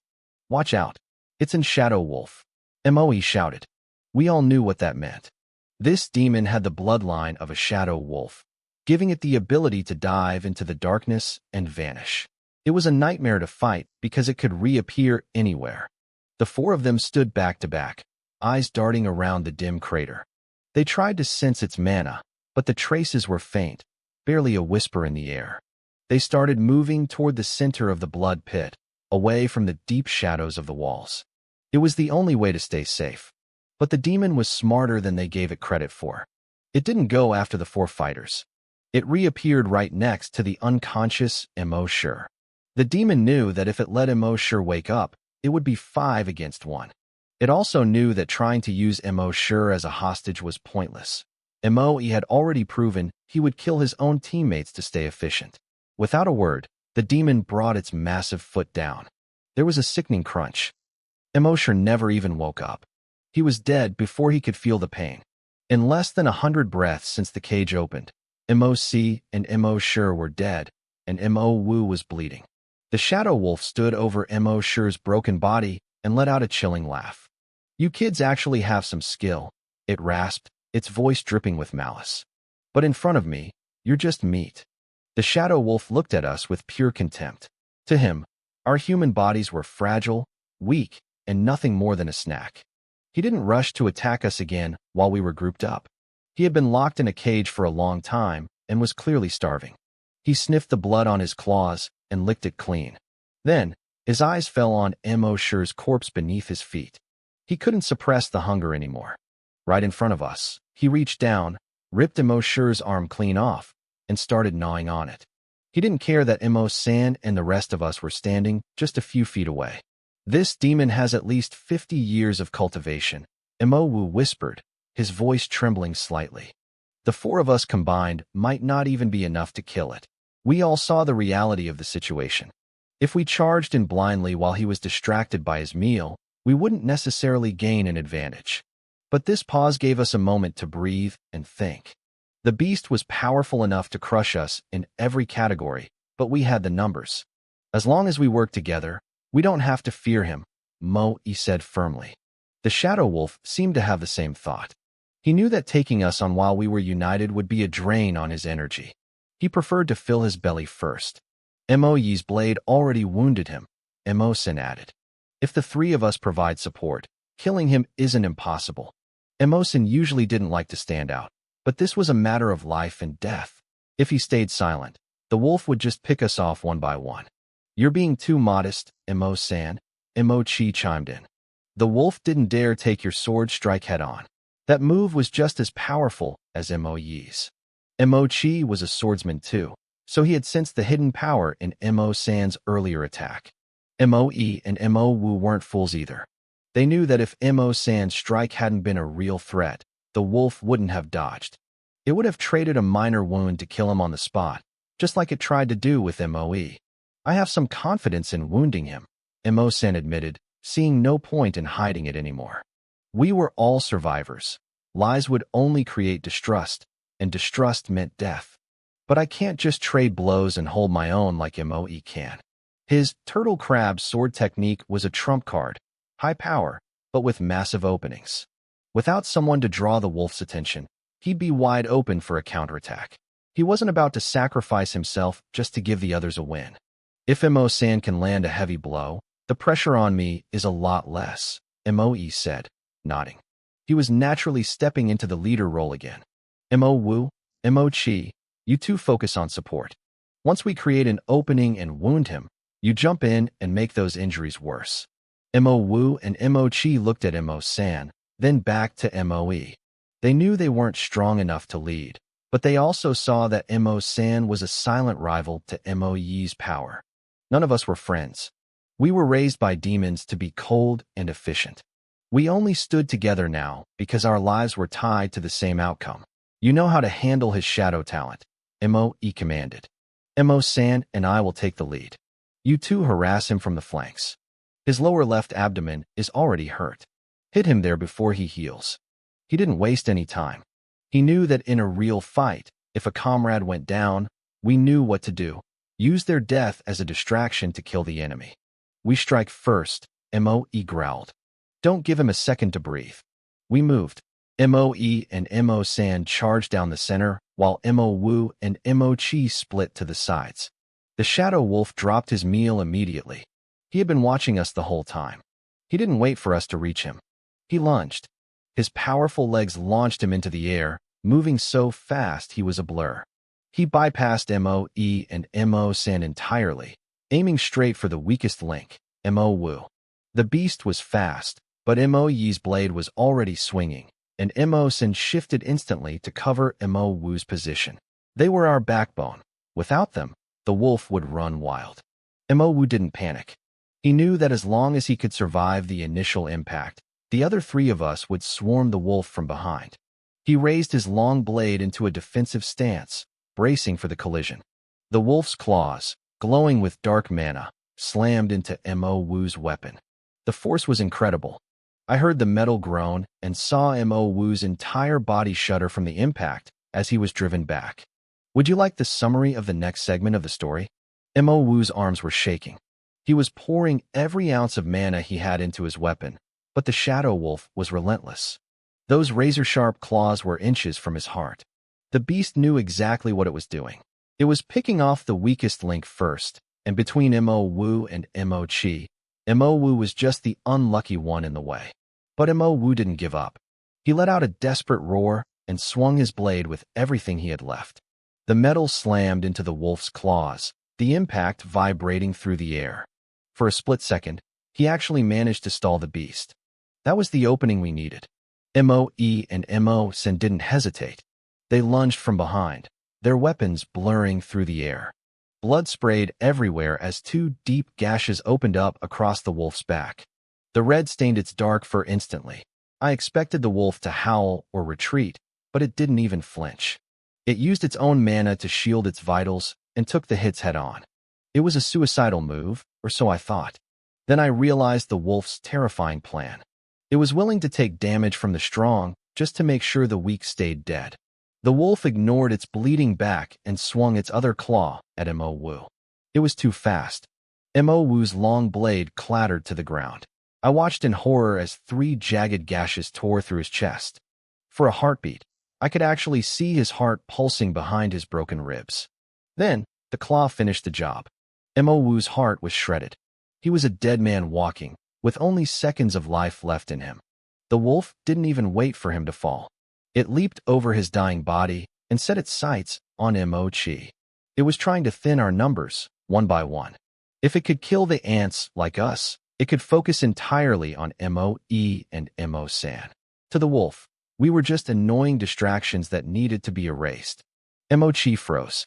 He had just watched Mo-woo get slaughtered in seconds, and now the monster was coming for him. That moment of hesitation was all the wolf needed. It bypassed the others, closing the gap instantly. Mo-chi, move, Moe screamed. Moe knew that if Mo-chi died, the wolf would use its shadow talents to pick them apart. They'd be cornered. Mo-san was already panicking, his blood-red sword glowing as he prepared his ghost scorpion strike. Moe gripped his blade tight, his knuckles white, pouring every drop of mana into his next move. He was trying to wake Mo-chi up with that shout. In a fight like this, if you lose your nerve for even a second, you're already dead. We needed Mo-chi to hold his ground, even if it was just for a moment, to give the leaders a chance to strike. If I'm going down, I'm taking a piece of you with me, Mo-chi suddenly yelled. The scream from Moe had worked.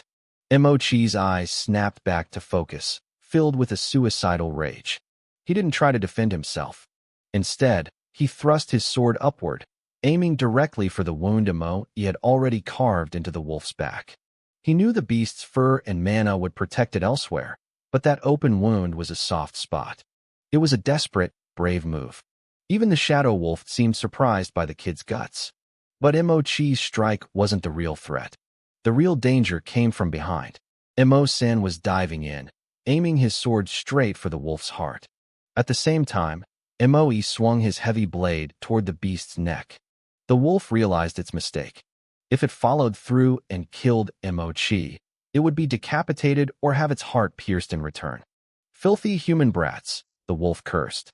At the last possible microsecond, the wolf pulled back its killing blow. It shifted its weight and slammed its heavy paw against the flat of Mo-Chi's sword, using the momentum to shove itself away from the deadly pincer attack. The shadow wolf's body twisted in midair, diving away from our coordinated strike. It vanished into the darkness in an instant. It was trying to retreat, sensing the tide had turned, but Mo-E and Mo-Sen weren't about to let it go that easily. Their blades blurred through the air, cutting through the spot where the beast had just been standing. I couldn't tell if they hit anything. The wolf had triggered its bloodline talent, melting into the shadows like ink in water. All that remained on the cold ground was a fresh pool of blood. Mo-Chi, you okay? Are you hurt? Mo-E and Mo-Sen rushed to my side, their voices tight with urgency. The wolf was a cold-blooded killer. During the chaos of the fight, they hadn't had a single second to check if I was still breathing. Now that the beast had retreated, they finally looked me over. There was no apology in their eyes, and I didn't expect one. In this world, your life is your own responsibility. No one else is obligated to keep you alive. I knew that better than anyone. I'm fine, I said, my voice steady despite the adrenaline coursing through me. It saw things were going south and backed off. I didn't get hit. Inside, I was shaking. Just a second ago, I had been standing at the gates of hell.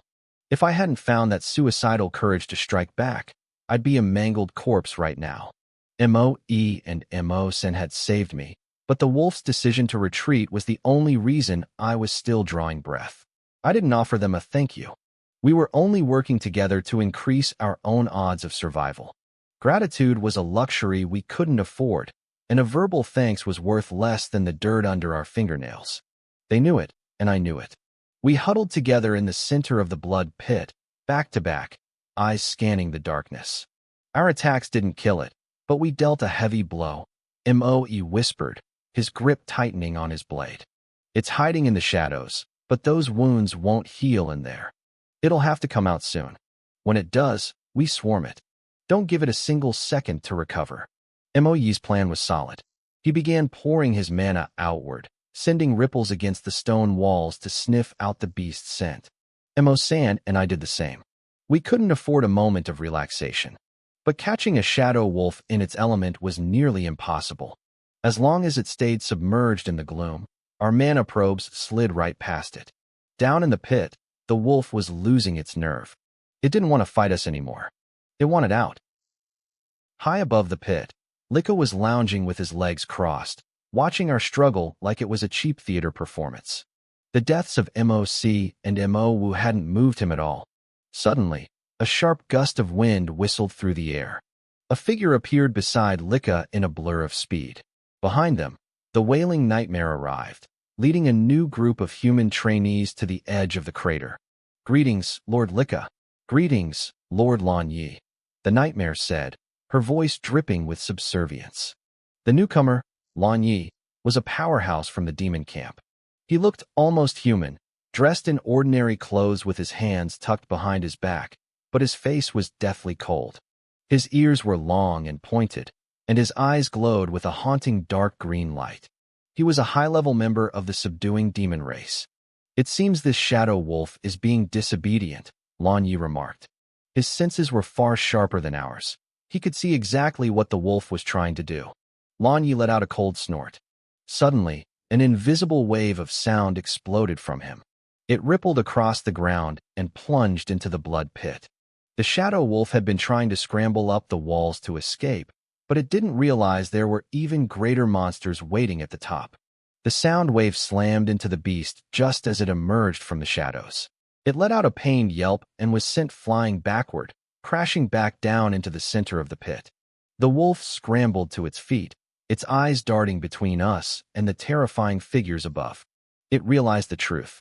It wasn't a hunter, it was a whetstone.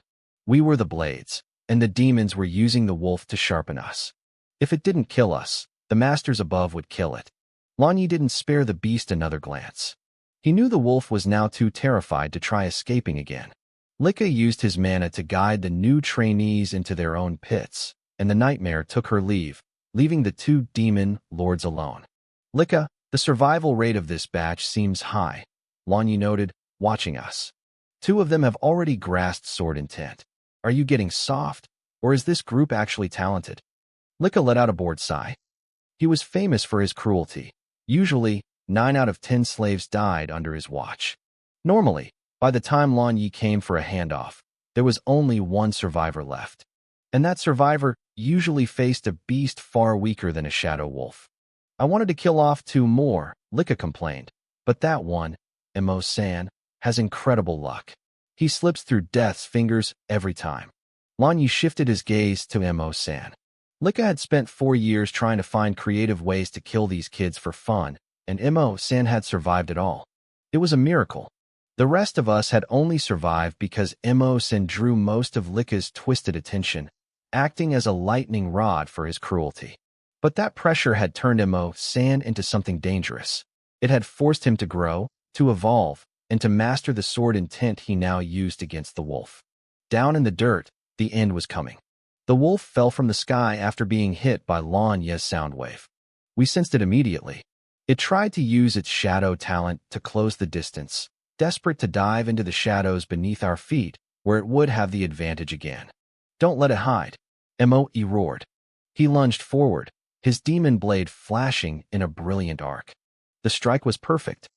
It slammed into the wolf's skull, splitting the skin and sending a spray of blood into the air. Emo-san followed up instantly. His blood-red sword lunged like a viper, aiming straight for the beast's heart. The wolf flinched, its instincts screaming. If it tried to dive into our shadows now, it would be impaled before it even touched the ground. The hunter was finally the prey. The magic inside my body surged, and I felt my feet leave the ground as I lunged. In midair, the shadow wolf realized it was trapped.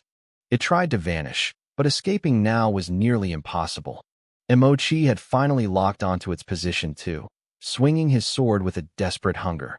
The 3 of us were closing in for the kill. The beast wasn't going to die quietly. Its demonic energy flared, and its solid form seemed to dissolve into a cloud of black mist. It scattered, trying to find a patch of darkness to hide in. It needed a moment to breathe. The wounds Emo-e and I had carved into its back were deep and pulsing with pain. Earlier, it had used its mana to suppress the bleeding, but when Emo-e's blade and my sword had caught its ankles, we'd left a mark that couldn't be ignored. Our energy was eating away at its flesh, creating jagged, tearing wounds. If it stayed in the shadows now, its life force would simply leak out until it withered away. If you want to die so badly, I'll fulfill your wish, the wolf roared. It was backed into a corner. It couldn't run, so it decided to ruin the show Lan Yi and Lika were watching. If it was going to be used as a whetstone to sharpen us, it would make sure the blades snapped instead. Even as it used illusions to mask its movement, our 3 sets of senses remained locked on its throat. Realizing it couldn't hide, the wolf charged. It didn't go for Emo-e, who was too strong and had already proven a difficult match. It didn't go for Emo-chi, who was hanging back at a safe distance. It chose me. I wasn't the closest, but I was the most logical target to break our formation. Me? I muttered, tightening my grip. The wolf lunged with everything it had left. It was a cornered predator looking for a mutual suicide. I wasn't a defensive fighter by nature, but if I wanted to live, I had to adapt. I raised my blood-red sword, focusing every drop of my mana onto the flat of the blade. This was a technique I developed myself, something I called armor guard. It required insane precision to focus all my energy into a single point of impact. One slip, 1 second of lost focus, and the wolf's claws would shred me. The beast's claws were famous for tearing through demonic artifacts, and my sword was only a 10-year-old blade. The wolf had at least 50 years of cultivation behind it. I felt the impact vibrate through my teeth. The force sent me flying backward, my feet skidding across the dirt as I used my snake shadow footwork to keep from falling. The wolf was relentless. It saw my struggle and smelled my fear. It pressed the attack, refusing to let me reset. Emo-e and Emo-chi were right behind it, but Emo-chi was hesitant. He was scared of the beast and wouldn't get close enough to make a difference. That left me alone in the meat grinder. Die! The wolf screamed, its claws moving faster and faster. I gritted my teeth, my mana burning through my veins like liquid fire. I couldn't speak. I couldn't even blink. Every ounce of my being was poured into that blade, meeting claw after claw in a shower of sparks. Suddenly, Moe's blade found an opening. He slammed his heavy knife into the wolf's back, forcing a spray of toxic, black blood from its mouth. The venomous gore flew straight at my face. "Move!" I hissed to myself. I twisted my body, my footsteps blurring as I pivoted out of the way. The wolf didn't stop. It kept tearing at me, its desperation growing as my sword groaned under the pressure. Why is this human brat so hard to kill? The wolf must have been thinking. It had pegged me as the weak link, but I was holding on by a thread that refused to snap. Moe struck again. Another deep gash opened on the wolf's back. The beast let out a harrowing shriek, its movements becoming frantic. I felt my energy hitting rock bottom. If this lasted much longer, I'd be the one to drop first. But the more I used my armor guard in this life or death moment, the more natural it felt. My movements were becoming fluid, instinctive. The wolf stumbled. Moe had landed a third massive blow. I saw my chance. I kept my guard up, refusing to show a single moment of weakness. If the wolf saw me falter, it would dump its last bit of life into a final, killing strike. We were in a stalemate of endurance. Moe was the key. He kept hacking away, his relentless assault effectively saving my life. Meanwhile, Mochi was a disgrace. He hovered nearby, just close enough to look like he was helping, but far enough that he didn't have to risk a scratch. He was only there to make sure the wolf didn't turn on him. "Damn it," the wolf howled. "If I can't kill the bait, I'll take the hunter with me." Giving up on me, the beast suddenly spun around, launching itself at Moe with a suicidal fury. Moe flinched, but he was ready. He'd been waiting for this. Moe jumped back just as his demon blade whistled through the air. In that same heartbeat, the shadow wolf shifted its focus. It ignored the hunter and locked its eyes on Mochi. The beast lunged, its body flying through the air with desperate speed. Mochi panicked. He tried to retreat, but the wolf was moving faster than he ever could. It was putting everything it had into this final, suicidal charge. I saw the look on Mochi's face, pure terror. He realized too late that his cowardice had backfired. If he had helped me earlier, if he had put even a scratch on this beast, the wolf might have been dead by now. Instead, he was the target of a dying monster's rage. His movements were messy. He swung his sword with everything he had, hoping a raw burst of mana would save him. The wolf didn't care. It took the hit, letting Mochi's blade bite into its shoulder just to get close enough to tear his throat out. The sword got stuck in the wolf's muscle, and the beast's claws were inches from Mochi's chest. I knew if I didn't act, Mochi was dead. I didn't care much for him, but I couldn't let the wolf win. I lunged forward. I used my turtle scorpion strike, aiming straight for the wolf's heart. My blade sank deep. At the same time, Moe's heavy blade came crashing down, severing the wolf's reaching arm. Mochi scrambled away, gasping for air, his face pale. The shadow wolf was finished. It knew it was dying. But instead of falling, it let out a low, guttural growl. Its body began to swell. Mana started swirling violently inside its chest. It's going to blow, I realized. The beast wanted to take us with it. It reached out with its remaining strength, trying to grab our weapons to keep us close for the explosion. We didn't give it the chance. Moe and I ripped our blades out and sprinted back as fast as our legs could carry us. A deafening boom echoed through the pit. A thick, red mist erupted, filling the crater with the smell of burnt hair and iron. I huddled against the wall, wrapping my remaining mana around my body like a shield to block the shockwave. In these pits, if a demon can't kill you, it will try to erase you. As the dust settled, the shadow wolf was gone. There was nothing left but blood and silence. High above, the demon Lord Licca watched us. He looked bored. He stood up and walked to the edge of the pit.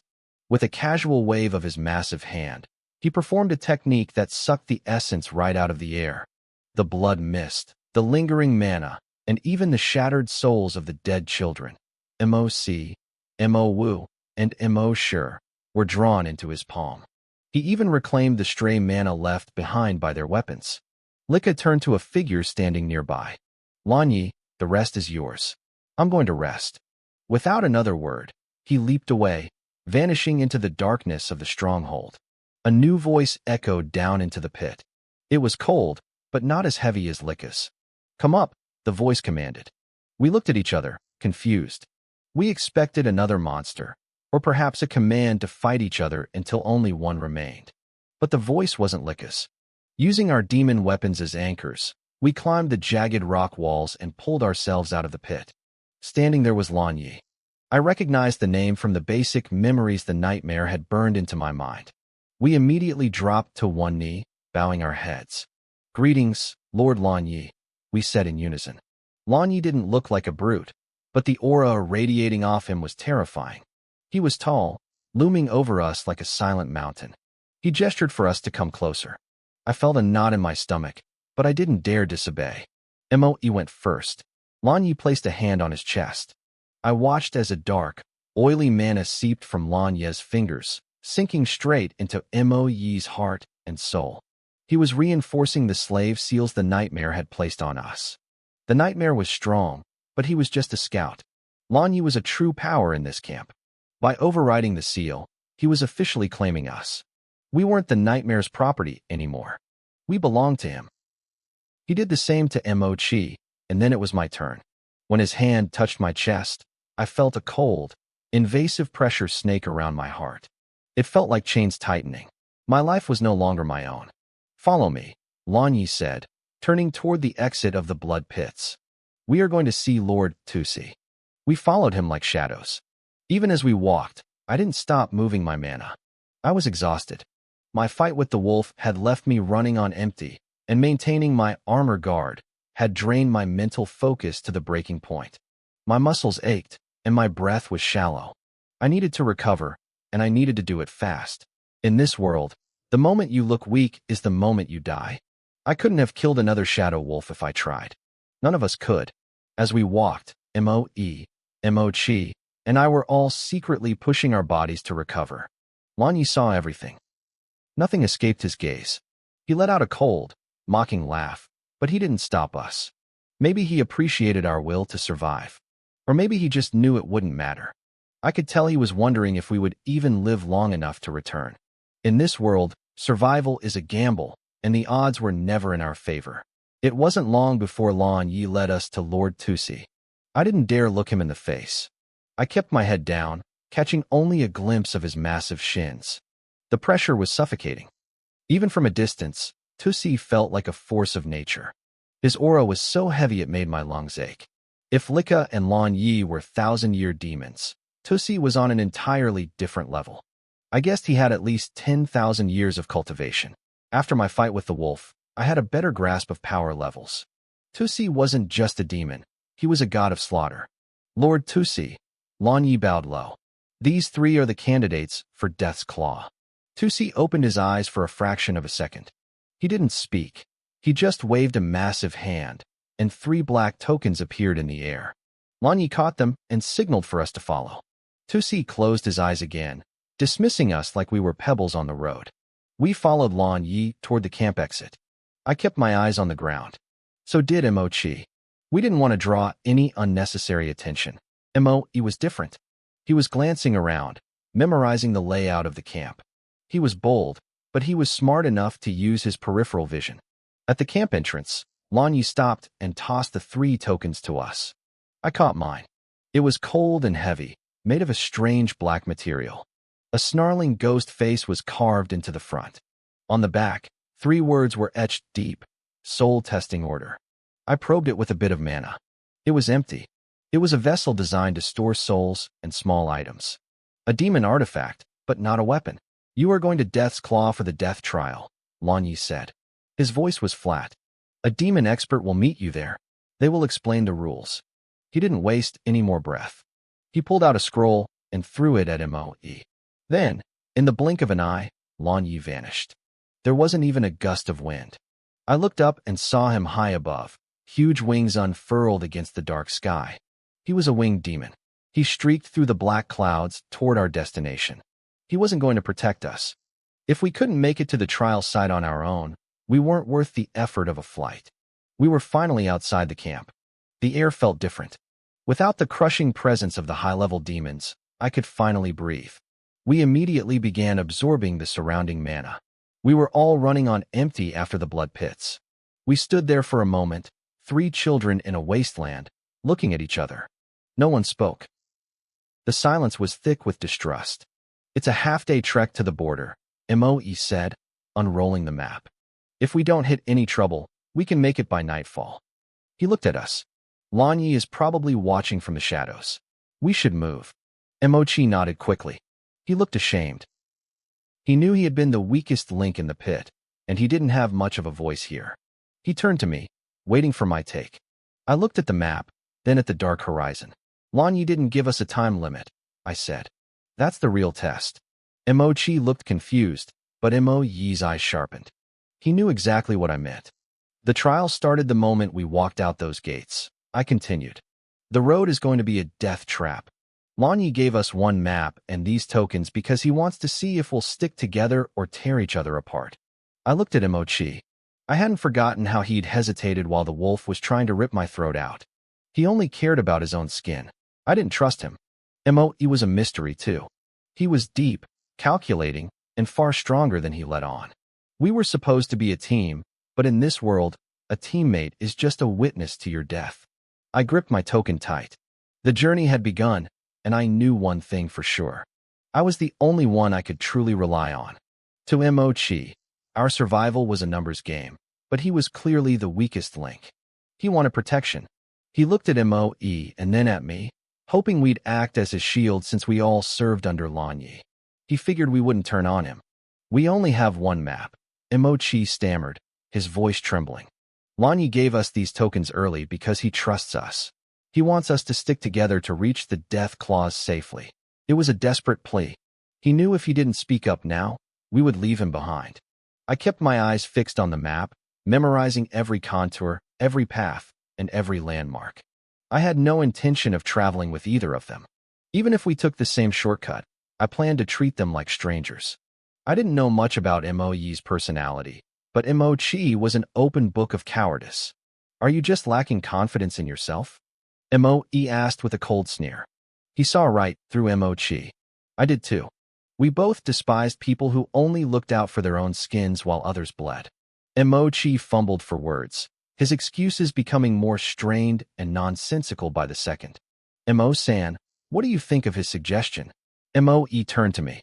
Moe had barely broken a sweat against the shadow wolf. His mana was already fully recovered. He was strong enough that he didn't care what I chose, but he wanted to hear it anyway. It's a terrible idea, I said flatly. I looked Emochi dead in the eye. If you feel your strength is lacking, you can skulk behind us just like you did in the blood pits. In the demon world, those who refuse to fight to save their own lives are lower than dirt. My hostility was clear. Moe stayed silent, likely thinking along the same lines. He had deeper calculations than just babysitting a coward. Then we go separately, Emochi snapped. Suddenly acting bold, he grabbed the map scroll that Moe tossed to him and stomped off toward the horizon without a second glance. He disappeared into the gloom, heading for the death clause alone. I didn't care. I sat down on the cold ground and began to meditate. The fight with the shadow wolf had drained my mental energy. Heading into the wasteland in this state was a death sentence. There was no time limit, so resting was my top priority. I preferred being alone anyway. For 4 years, I had survived by myself. The only reason I had teamed up with them earlier was because the wolf was too strong to handle solo. Now that I was free, I didn't want anyone seeing my hidden techniques. We were all slaves, and in this world, today's teammate is tomorrow's executioner. I had a feeling the death trial at our destination would involve us killing each other. Parting ways now was the smartest move. Half an hour passed. I stood up, my mana refilled. I sensed Moe nearby. He hadn't moved an inch. Aren't you leaving? I asked, looking toward the shadows. Or are you waiting for me? Moe stepped out. He should have left long ago. Emochi is far ahead by now, he said with a strange, genuine-looking smile. But if we move together, we'll catch up soon. Want to join me? I refuse, I said instantly. Moe was too powerful. If he became my enemy, I didn't want him knowing my cards. That's a shame, Moe said unfazed. I gave the map to Emochi and I didn't memorize it. If I don't follow you, I'll definitely get lost. I stared at him. It was a blatant lie. With his talent, he probably had the map burned into his brain. He was just giving me an excuse I couldn't argue with. Fine, I sighed. Follow me, but stay at least 50 meters back. Deal? Moe agreed without haggling. I set off. This was my first time outside the camp. The demon realm wasn't beautiful. Everything was either pitch black or shrouded in a suffocating gray mist. It felt dead. Yet, to me, this was a brand new world. I felt a surge of joy at this taste of freedom, even if I didn't know how to show it. I kept my mana sense flared, watching for any movement. This wasn't the blood pits anymore. This was the true wilderness. Moe followed behind, letting me take the lead. He looked curious about the world too, but he stayed sharp. In the demon realm, caution is the only law that matters. Up on the fortress walls, Lan Yi watched us go. Smart enough to recover to their peak before moving out, he whispered to himself, a thin smile playing on his lips. The Deathclaws were 300 miles away. The path was a nightmare of dense forests and thick, demonic energy. I was confident in my ability to kill monsters, but the wild was unpredictable. Suddenly, the air hissed. A massive, pitch-black creature dropped from the mist, blocking my path. It was covered in shimmering, multicolored scales that shifted like oil on water.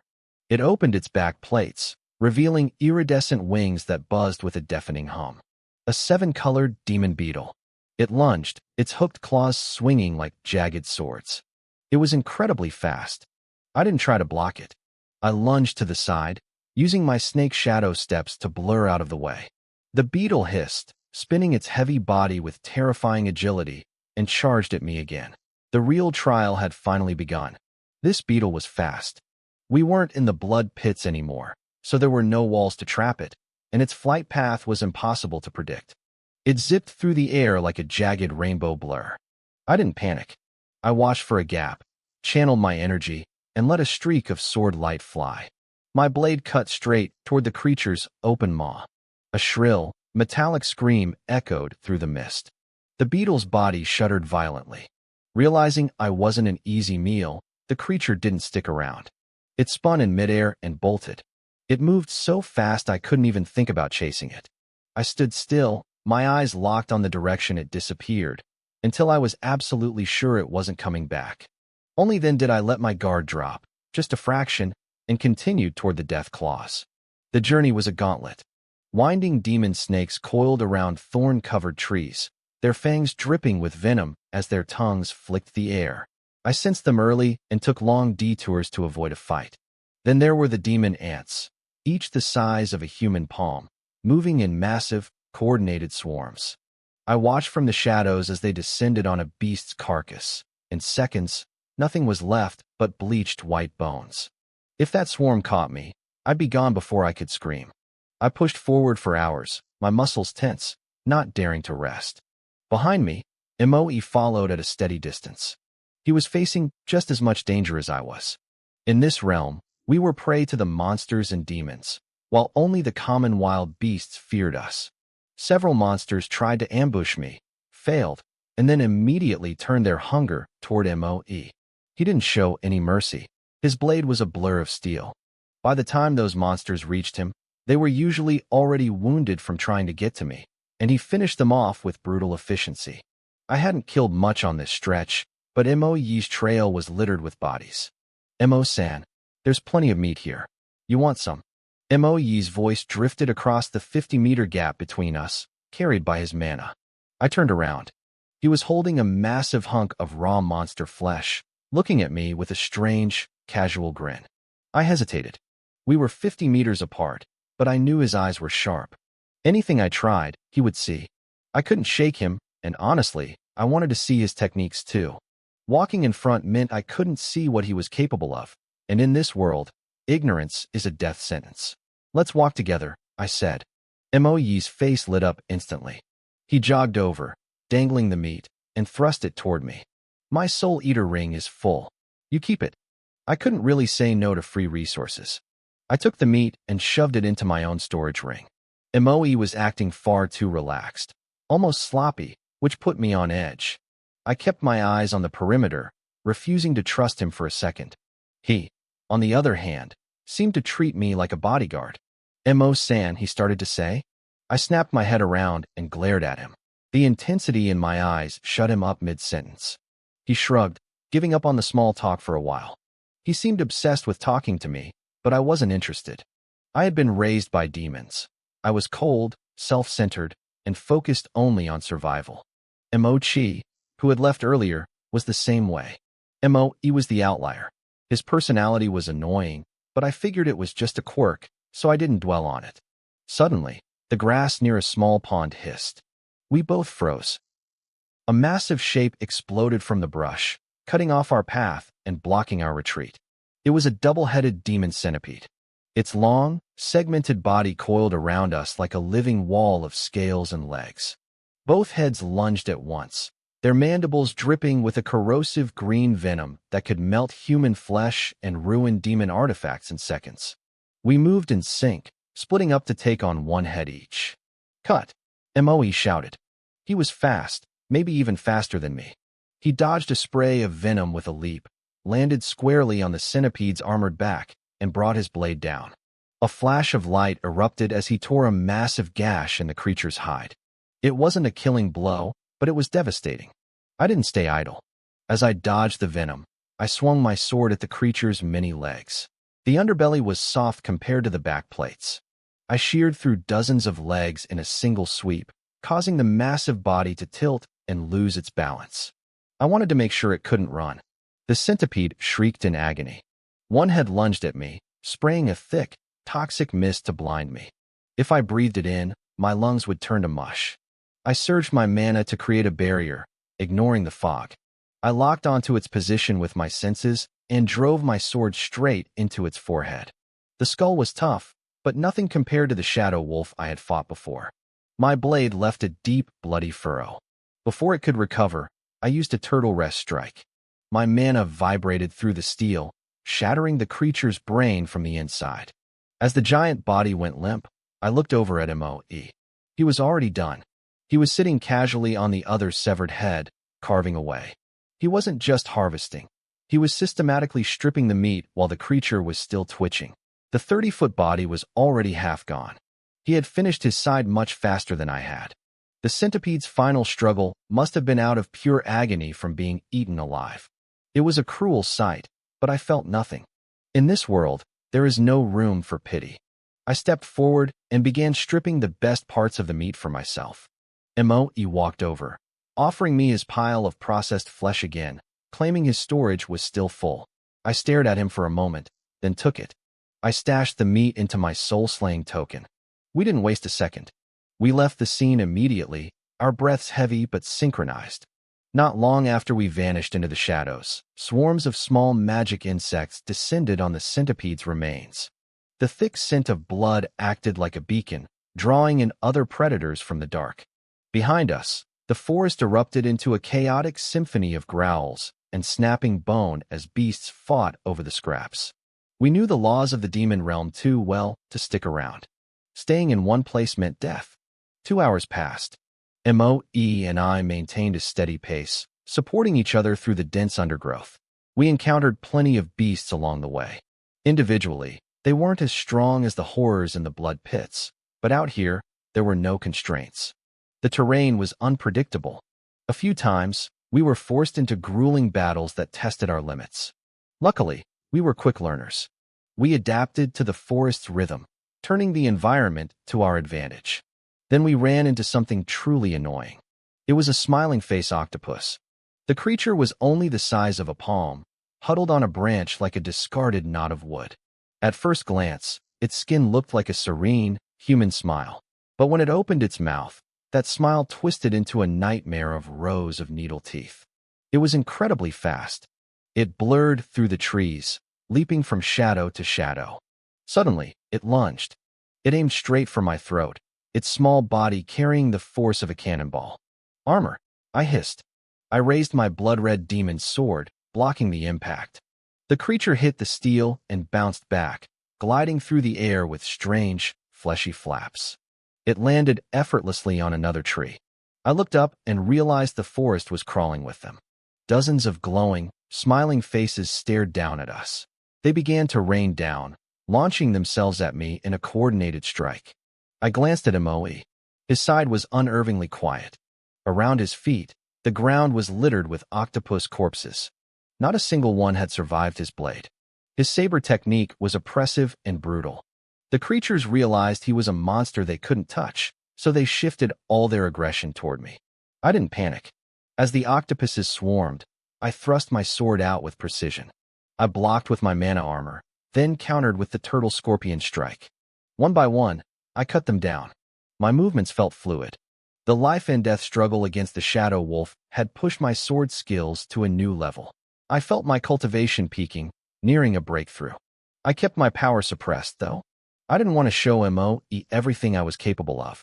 I stuck to the basic forms, but even then, the octopuses were no match for me. I killed 3 more in rapid succession, each strike a clean, lethal puncture. Not bad, Moe-san, Moe said from the sidelines. He was watching me like a spectator at a play, offering casual praise. I ignored him. I remained cold, focused only on the kill. Seeing their kin slaughtered so easily, the remaining octopuses lost their nerve. Their predatory instinct was overruled by the need to survive. They hissed and retreated into the canopy. I walked over to one of the fresh corpses and picked it up. I started stripping the skin and organs, preparing to bite into the raw, bloody meat. Wait, Moe-san. Don't be in such a hurry, Moe said, stepping forward to stop me. I glared at him, wondering what game he was playing now. Stay here, he said. Don't eat yet. I'll be right back. He vanished into the trees before I could argue. I stood there, confused. A few minutes later, he returned hauling a massive bundle of dry firewood. I stared at him in disbelief. What are you doing with those sticks? I asked.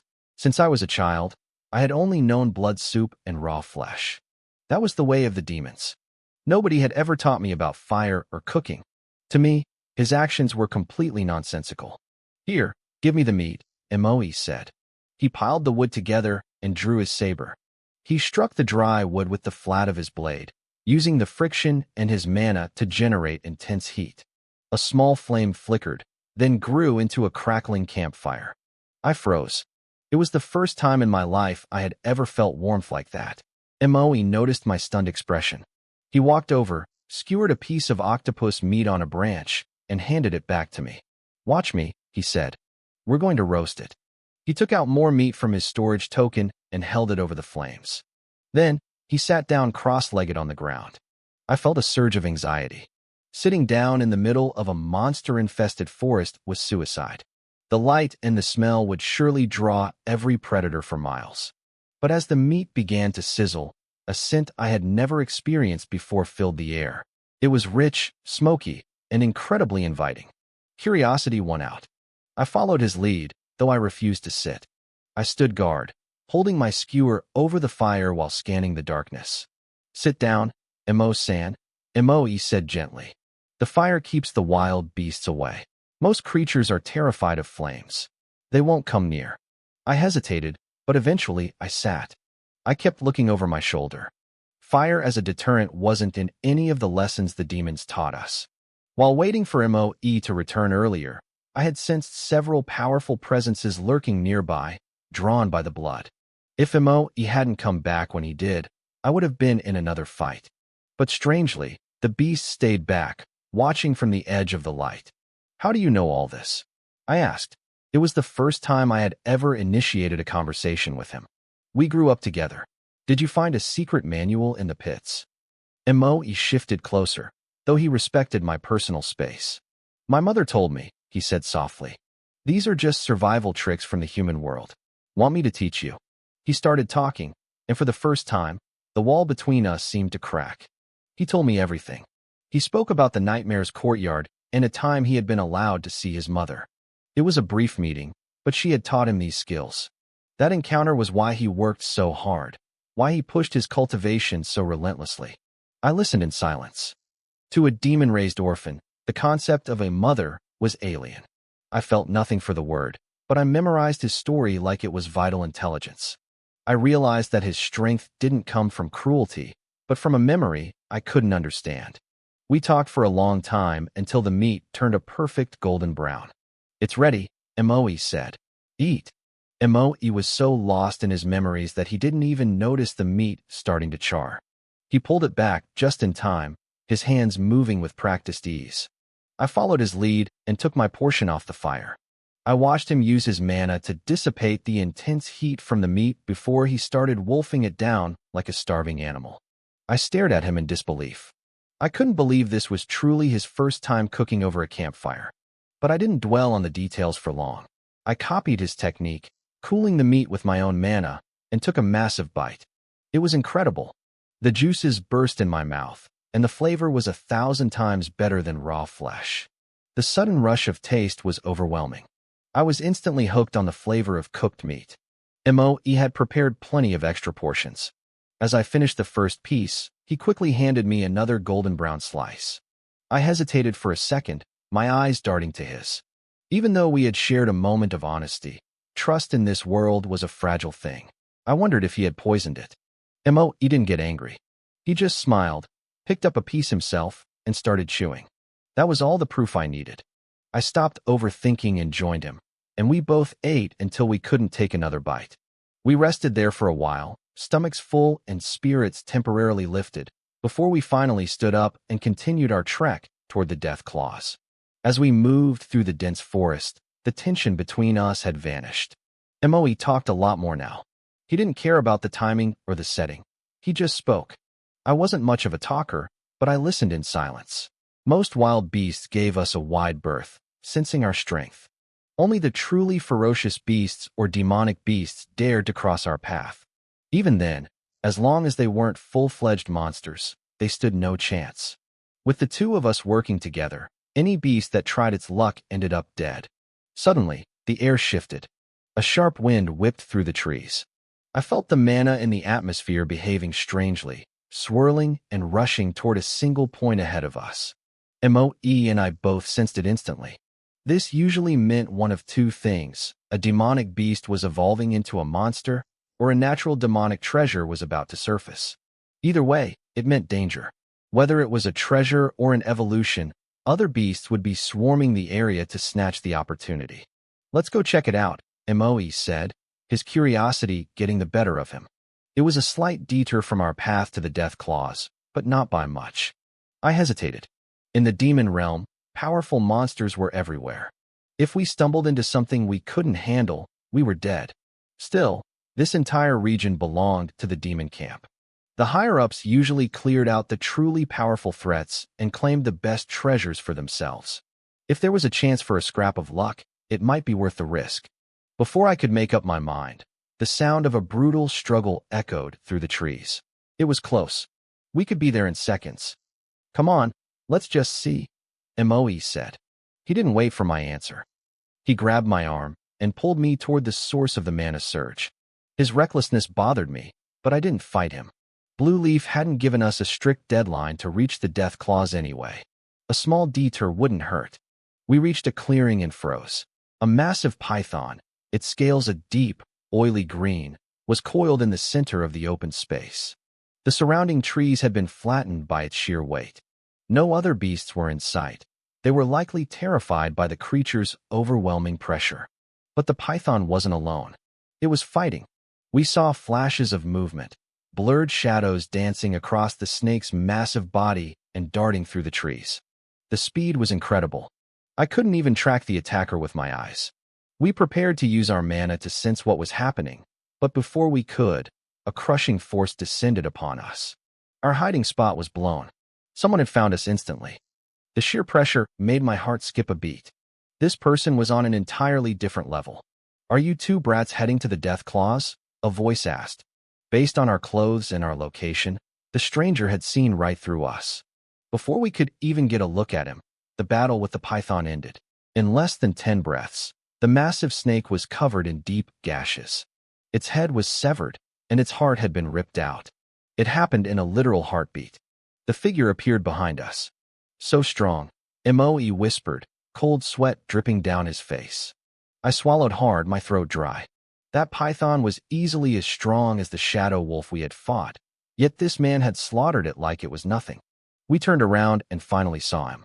He looked like a human man in his 30s, wearing a simple black robe. His hair was short, his expression cold, and his eyes were filled with a terrifying, casual killing intent. My muscles tensed. If this man decided to kill us, we would end up just like that snake.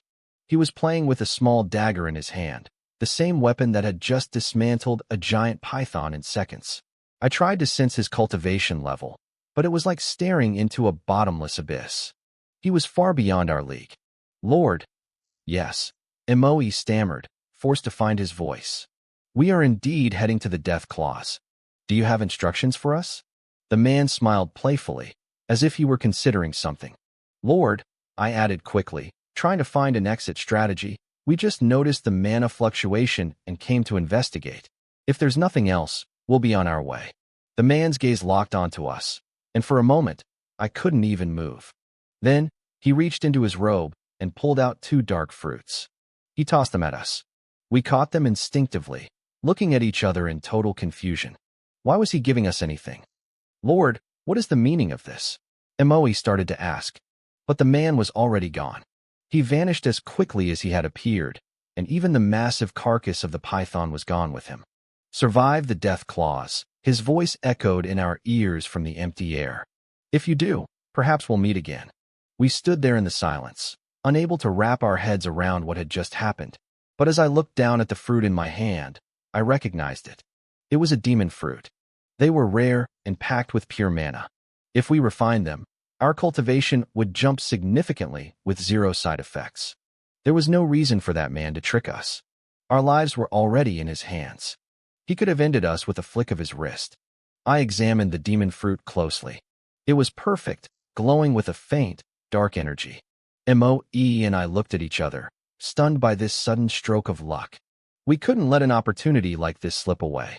Without saying a word, we both swallowed the fruits. The effect was instant. Within moments, the energy was refined, flowing through my veins like liquid fire. My mana reserves surged. I didn't break through to a new realm, but the boost was massive. For low-level trainees like us, a demon fruit was a treasure. For a master like that man, it would have been nothing more than a snack. Deep in the forest, the man, Moe San, rejoined his companion. They wore identical robes, hidden in the shadows. We only collected 11 fruits, his partner hissed, his voice full of irritation. Half go to Lord Tusi. That leaves us with 6. Why did you waste 2 of them on those brats? It turned out this partner had been watching our entire conversation from the dark. He was just as strong as Moe San, which was why I hadn't sensed him at all. In the demon realm, resources were scarce. Every scrap of power mattered. These fruits were a rare find. If that python had eaten them, it would have evolved into a 100-year-old calamity. Just helping out the juniors, Moe San said casually. He tossed the remaining 9 fruits to his partner. Keep them. I'm not fighting you for them. He turned and walked away. His partner sighed, knowing Moe San's stubborn personality, and quickly followed. Back at the clearing, I finished my meditation. Moe was already standing, waiting for me. He had refined his fruit faster than I had. I wasn't sure if it was his constitution or just a higher base cultivation, but he was definitely ahead. He had even stayed on guard to protect me while I practiced. How do you feel? Moe asked. Stronger, I replied, clenching my fist. If we run into a 10-year demon now, I might actually stand a chance. That single fruit was worth 6 months of hard training. Moe started walking, trying to adjust his breathing as we moved. Moe San, how do you think that man compares to Lord Lanya, Lord Lika, or Lord Tusi? There's no comparison, I said flatly. We had never seen the great lords actually fight. That man killed the python easily, but to the lords, he was probably just another foot soldier. I didn't want to speculate on things so far above my head. Don't be so cold, Moe smiled. I bet Lord Lanya ordered him to clear the path for us. Otherwise, we'd be dead the moment we hit a real monster. You're overthinking it, I countered. Why would he give us the fruits then? Maybe it's a reward from Lord Lanya? Moe suggested. Even he didn't sound like he believed it. I gave him a look of pure disbelief, and he finally went quiet. We pushed forward. 2 hours later, the forest gave way to a massive, fog-choked plain. It was a wasteland of thick, gray miasma that stretched as far as the eye could see. The sky in the demon realm was always dark, But here, the fog made it impossible to tell day from night. This plain was hundreds of miles wide. To reach the death claws, we had to go through it. Getting lost in there meant certain death. Stay close, I warned Emoe. If we get separated, look for my footprints. We'll meet back at the last point we saw each other. Emoe nodded, his expression serious. We stepped into the fog. I made sure to stomp hard with every step, leaving deep marks in the soft earth so we could find our way back. We reached the center of the plains, our senses dialed to the maximum. The silence was unnerving. Every now and then, shadows flickered in the mist, making us jump. Suddenly, the sound of clashing stone and muffled shouts broke the silence. It was coming from the direction of the death claws. Is that Emochi? Emoe whispered. I froze. Emochi had abandoned me at the blood pits. He had watched as I struggled with the shadow wolf and refused to help, choosing his own survival over mine. Now, it sounded like he was the one in trouble. Normally, I wouldn't even consider helping. In the demon world, you fight alone.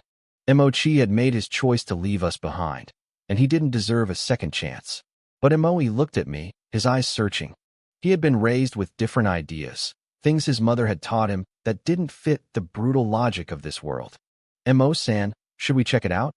Emoe asked tentatively. I stayed silent. I had every right to leave Emochi to his fate. The smart move was to stay put or move away from the noise. I stared into the gray fog, weighing the life of a traitor against the risk to my own. Emoe didn't have time to answer me. The thick fog ahead suddenly ripped open, and a figure stumbled into view. It was Emochi. Just as I suspected, he was the one fighting for his life. But he wasn't alone. A massive surge of demonic energy followed him, chilling the air. It was a Emo-bo, a genuine 10-year demon. The creature was a nightmare made flesh. It stood 7 feet tall and stretched 20 feet long, with the body of a giant hound and a human face that lacked eyes.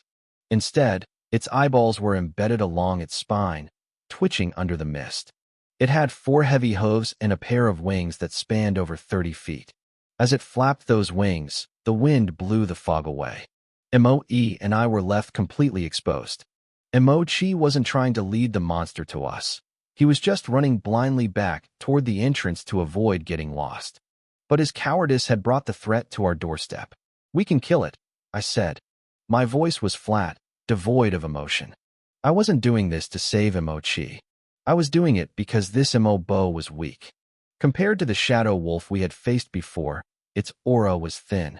It probably only had about 10 years of cultivation. It relied on its massive size, not true power. I unsheathed my blood-red demon sword. I didn't wait. I lunged. Emoe didn't hesitate either. He swung his demon blade in a sharp arc. Our attacks hit at the exact same moment. Sword light and blade shadows slammed into the Emo-bo's wings. The creature let out a guttural scream of pain. We moved in perfect sync, one on the left and one on the right. The Emo-bo, which had been hovering just above the ground, crashed into the dirt. Emochi didn't even look back. He just kept running. I ignored him. The Emo-bo realized it had been challenged by something more dangerous than its previous prey. It locked onto Emoe and me, its eyeless face twisting into a sickening grin. It snapped its wings forward.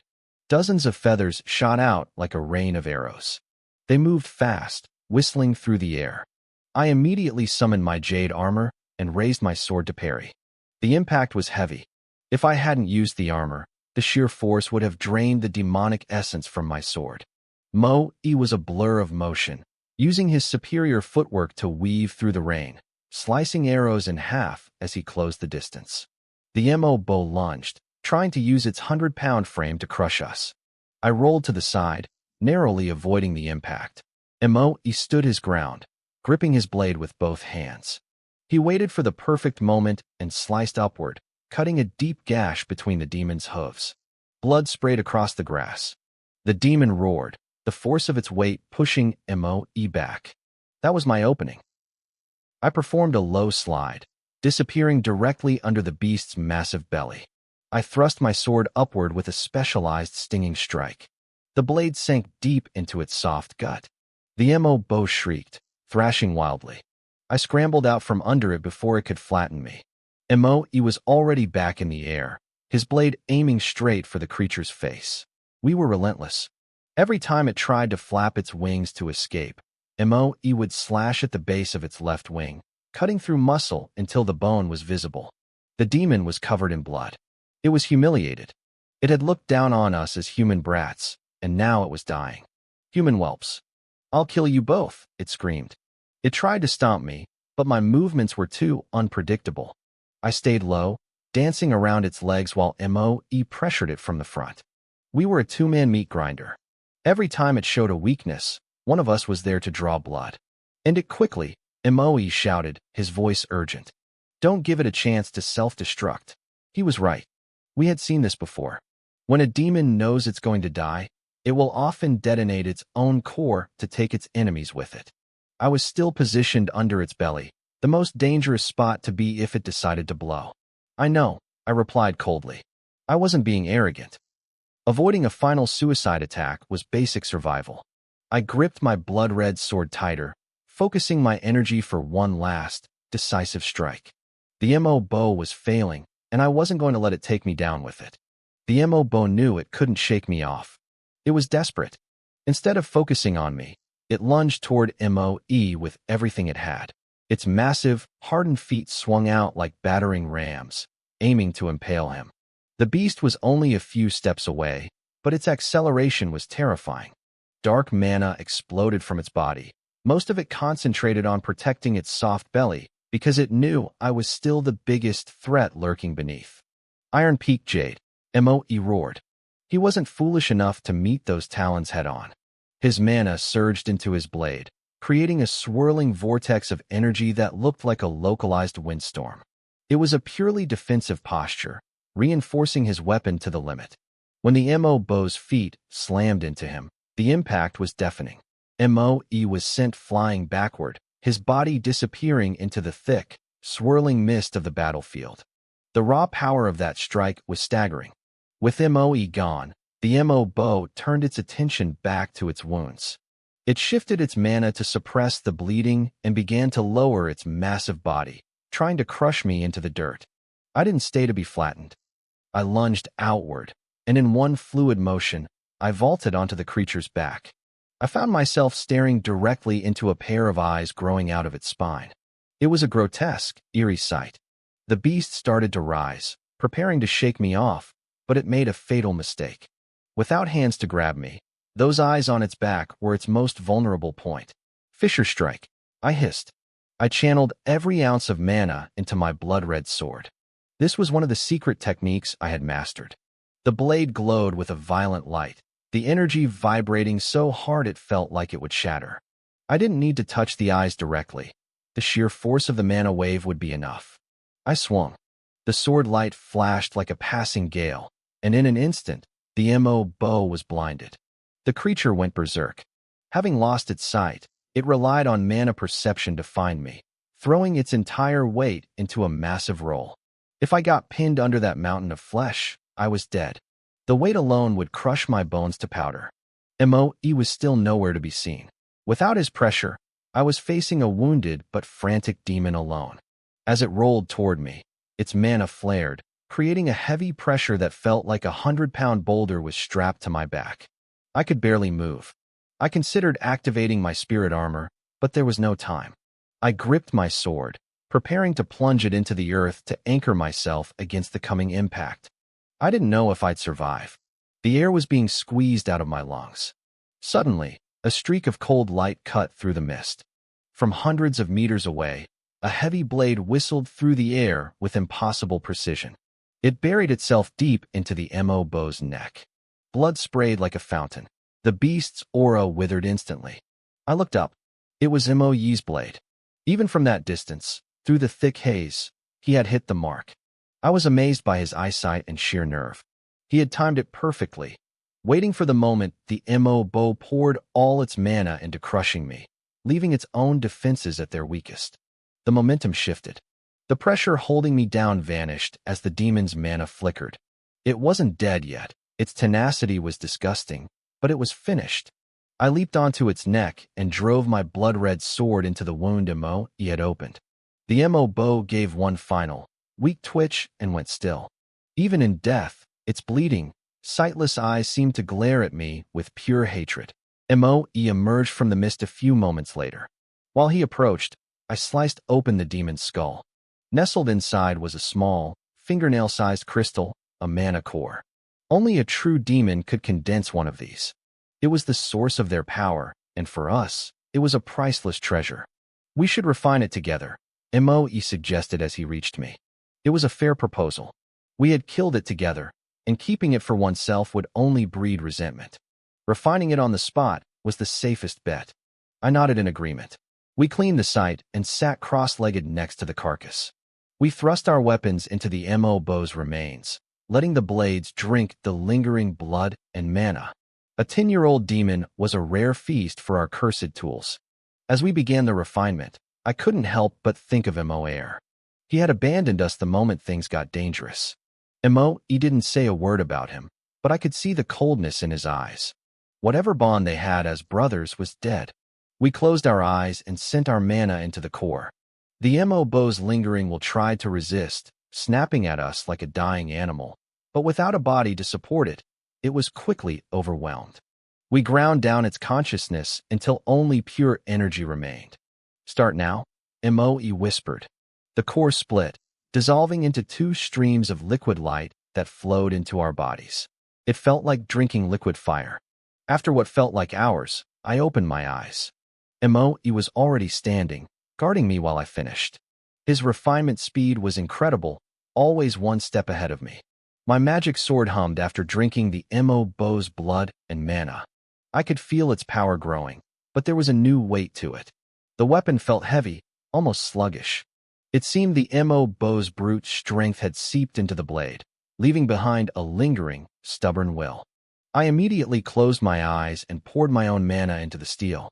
I had to refine it again. I needed to grind down that foreign energy until it obeyed me. A magic sword is a dangerous tool. If you can't control its weight, it controls you. Next to me, Mo was doing the same thing. We sat in silence for another 15 minutes until the ominous pressure inside the weapons finally faded. The energy from the half-core I'd consumed settled into my veins. It wasn't as explosive as the magic fruit we'd been given before, but it was solid progress. It felt like 10 days of hard training packed into a single moment. I looked at the carcass and realized something. Hunting demons was a lethal gamble, but the rewards were undeniable. If we kept killing and refining, we might actually stand a chance at surpassing the powerful masters who ruled over us.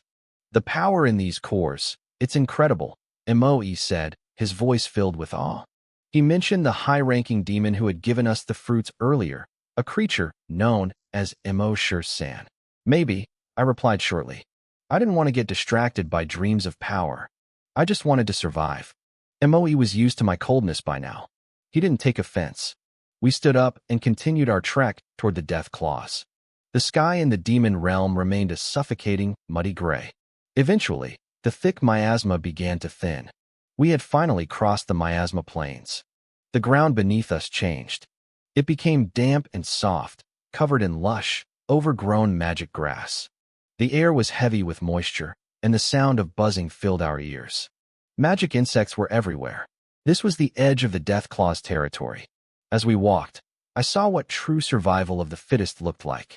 In the forest, the killings were brutal, but here, it was constant.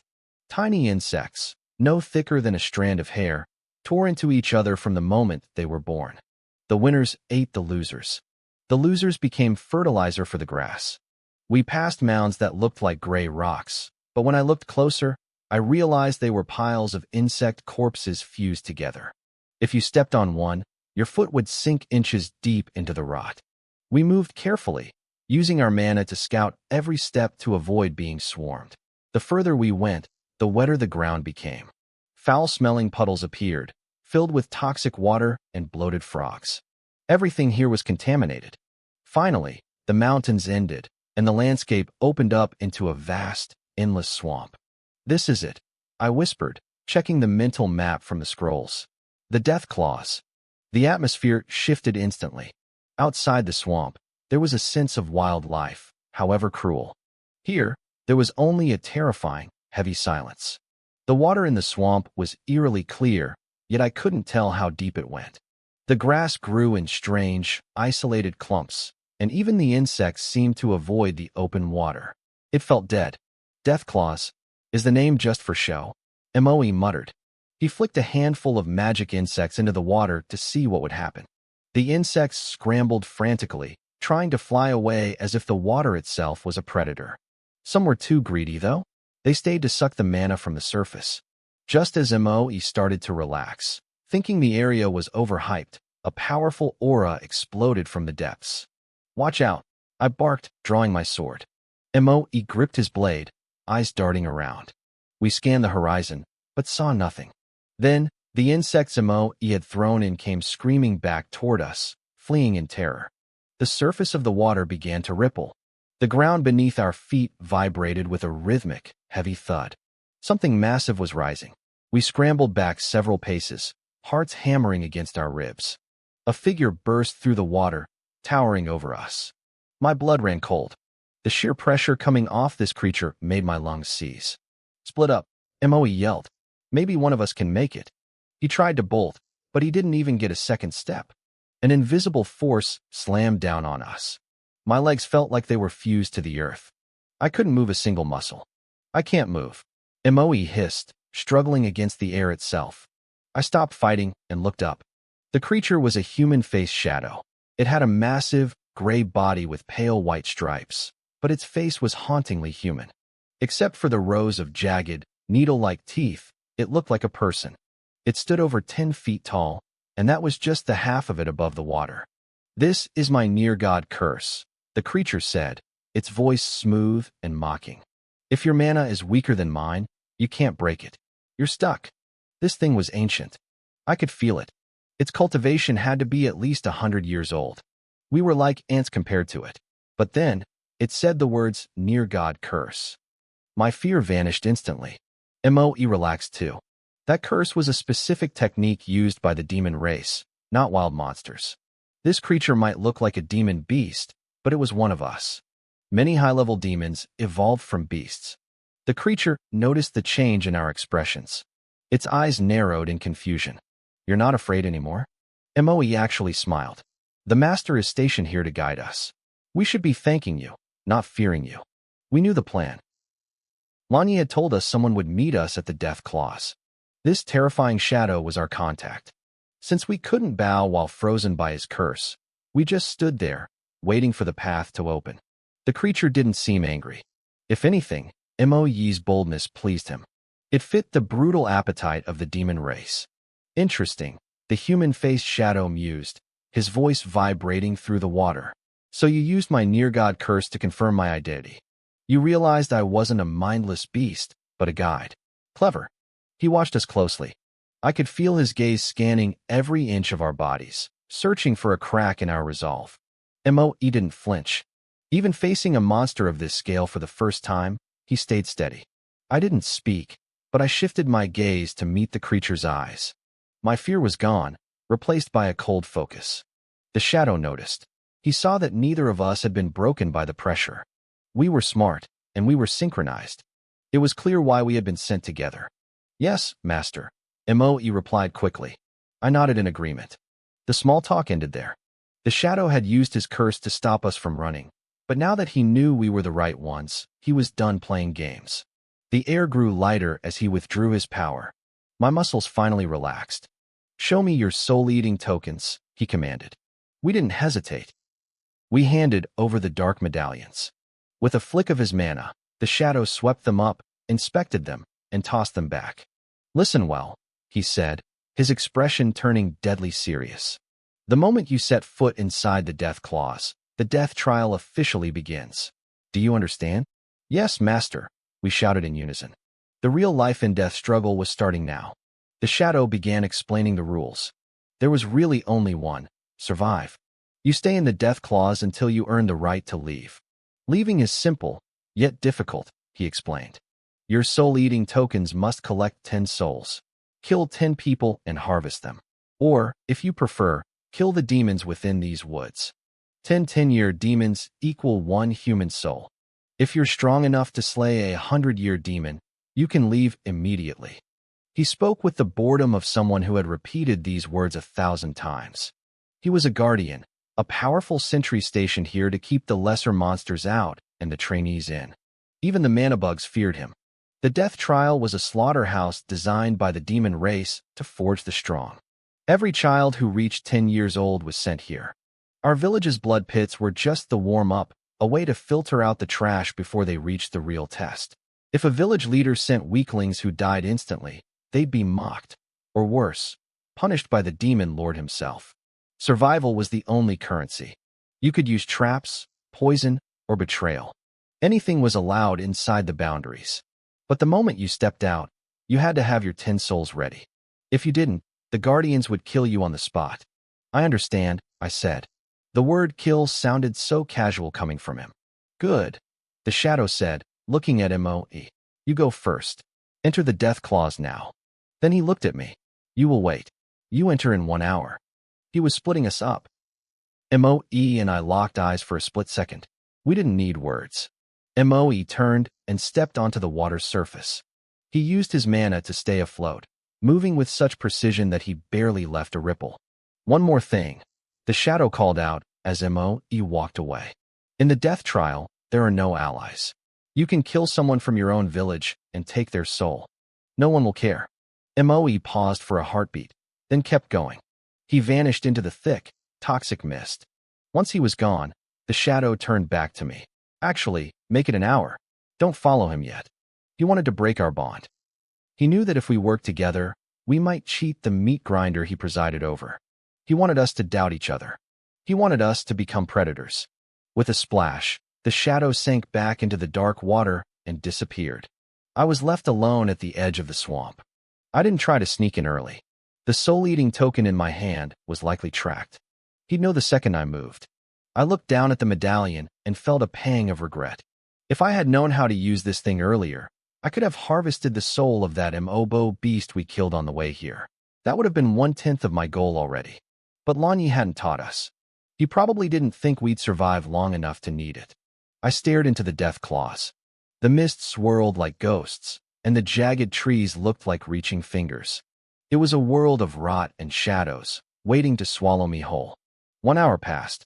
I took my first step onto the black water, my mana humming under my feet, and walked into the fog. I walked slowly toward the center of the death claws. Every step was a gamble. I moved with extreme caution, my eyes darting between the thick patches of demon grass. Back in the blood pits, I had fought mindless beasts, but here, I was facing something much worse, other people. Even though I had mastered the basics of sword force, my heart hammered against my ribs. I was nervous, but beneath that fear, a dark, cold instinct was waking up.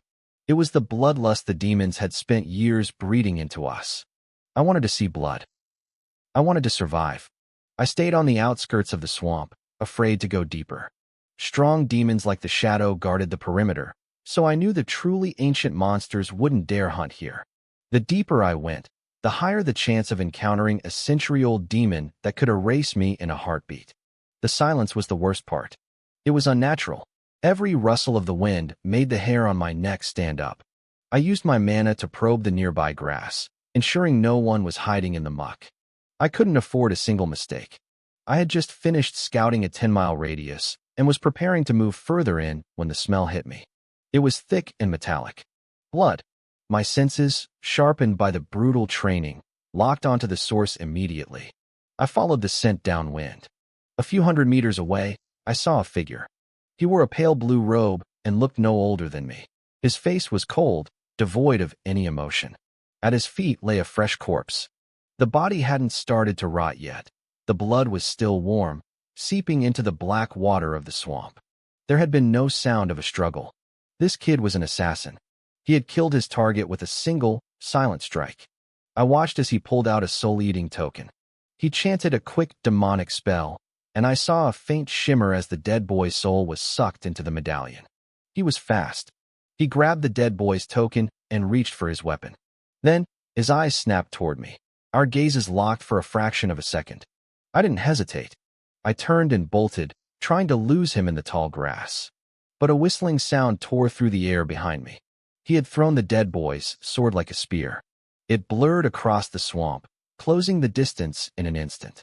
I felt the surge of mana and twisted my body midair, the blade grazing past me. He wasn't letting me go.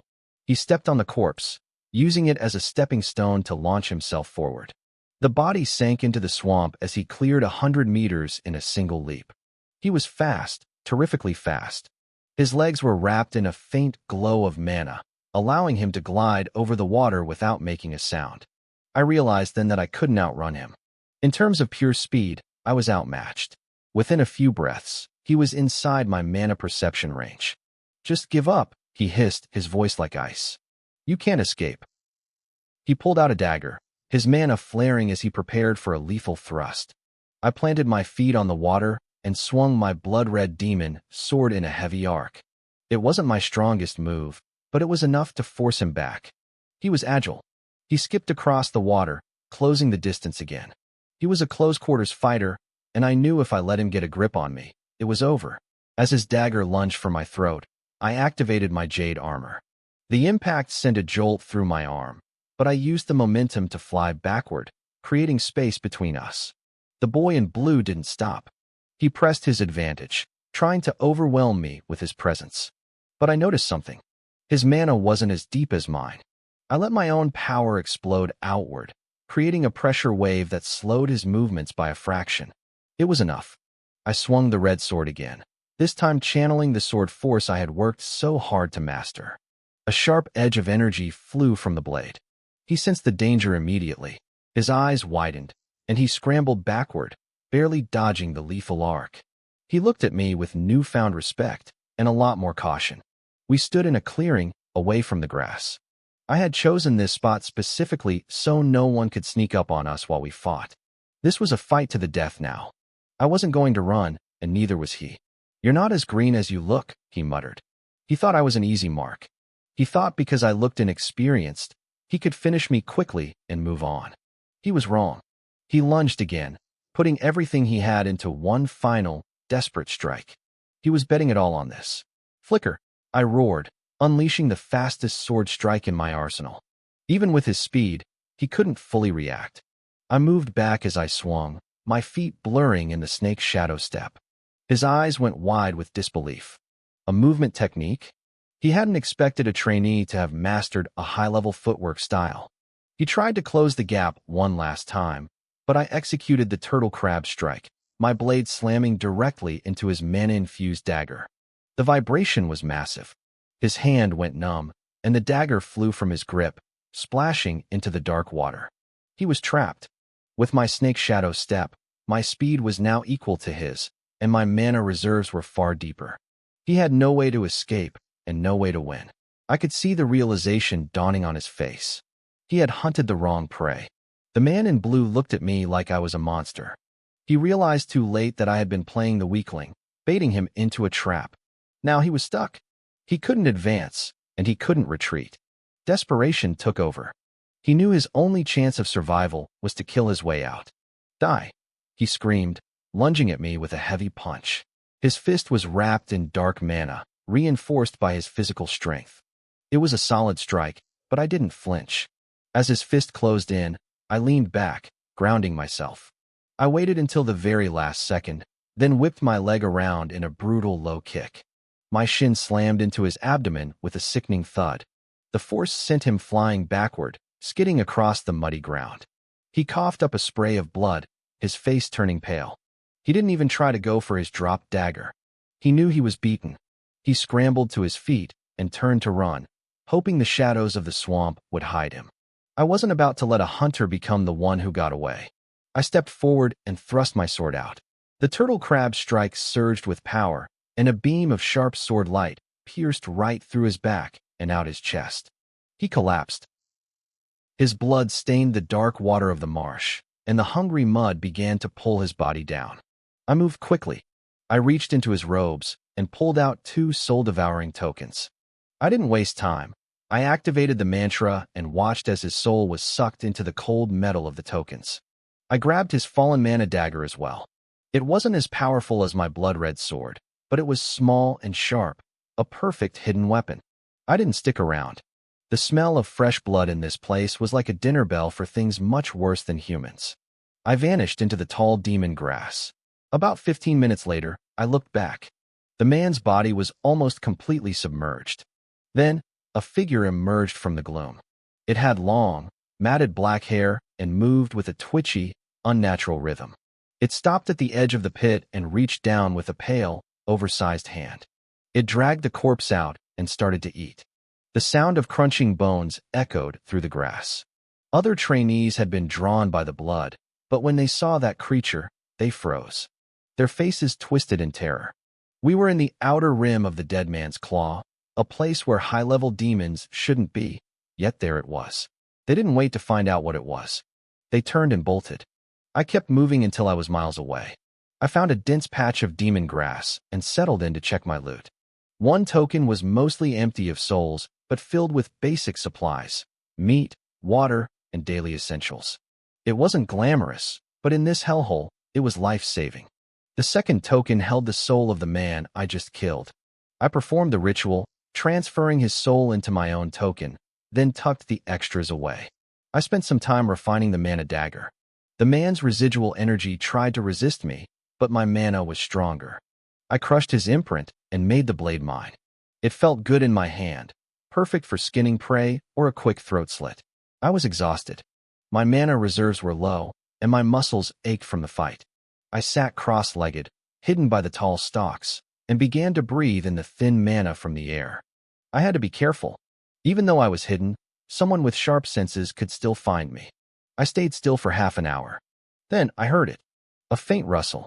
I didn't use my mana to sense them. That would be like shining a flashlight in the dark. I used my eyes and ears. Someone was out there, lurking in the grass, just like me. My heart slowed down. I stayed perfectly quiet. Over the next hour, I realized I wasn't just dealing with one person. My ears picked up the tiny sounds of multiple people shifting in the brush. They were all waiting. This was a classic ambush spot. They were waiting for new, naive trainees to wander into the dead man's claw so they could pick them off. It was different from fighting demons. Humans were fragile, but they were smart.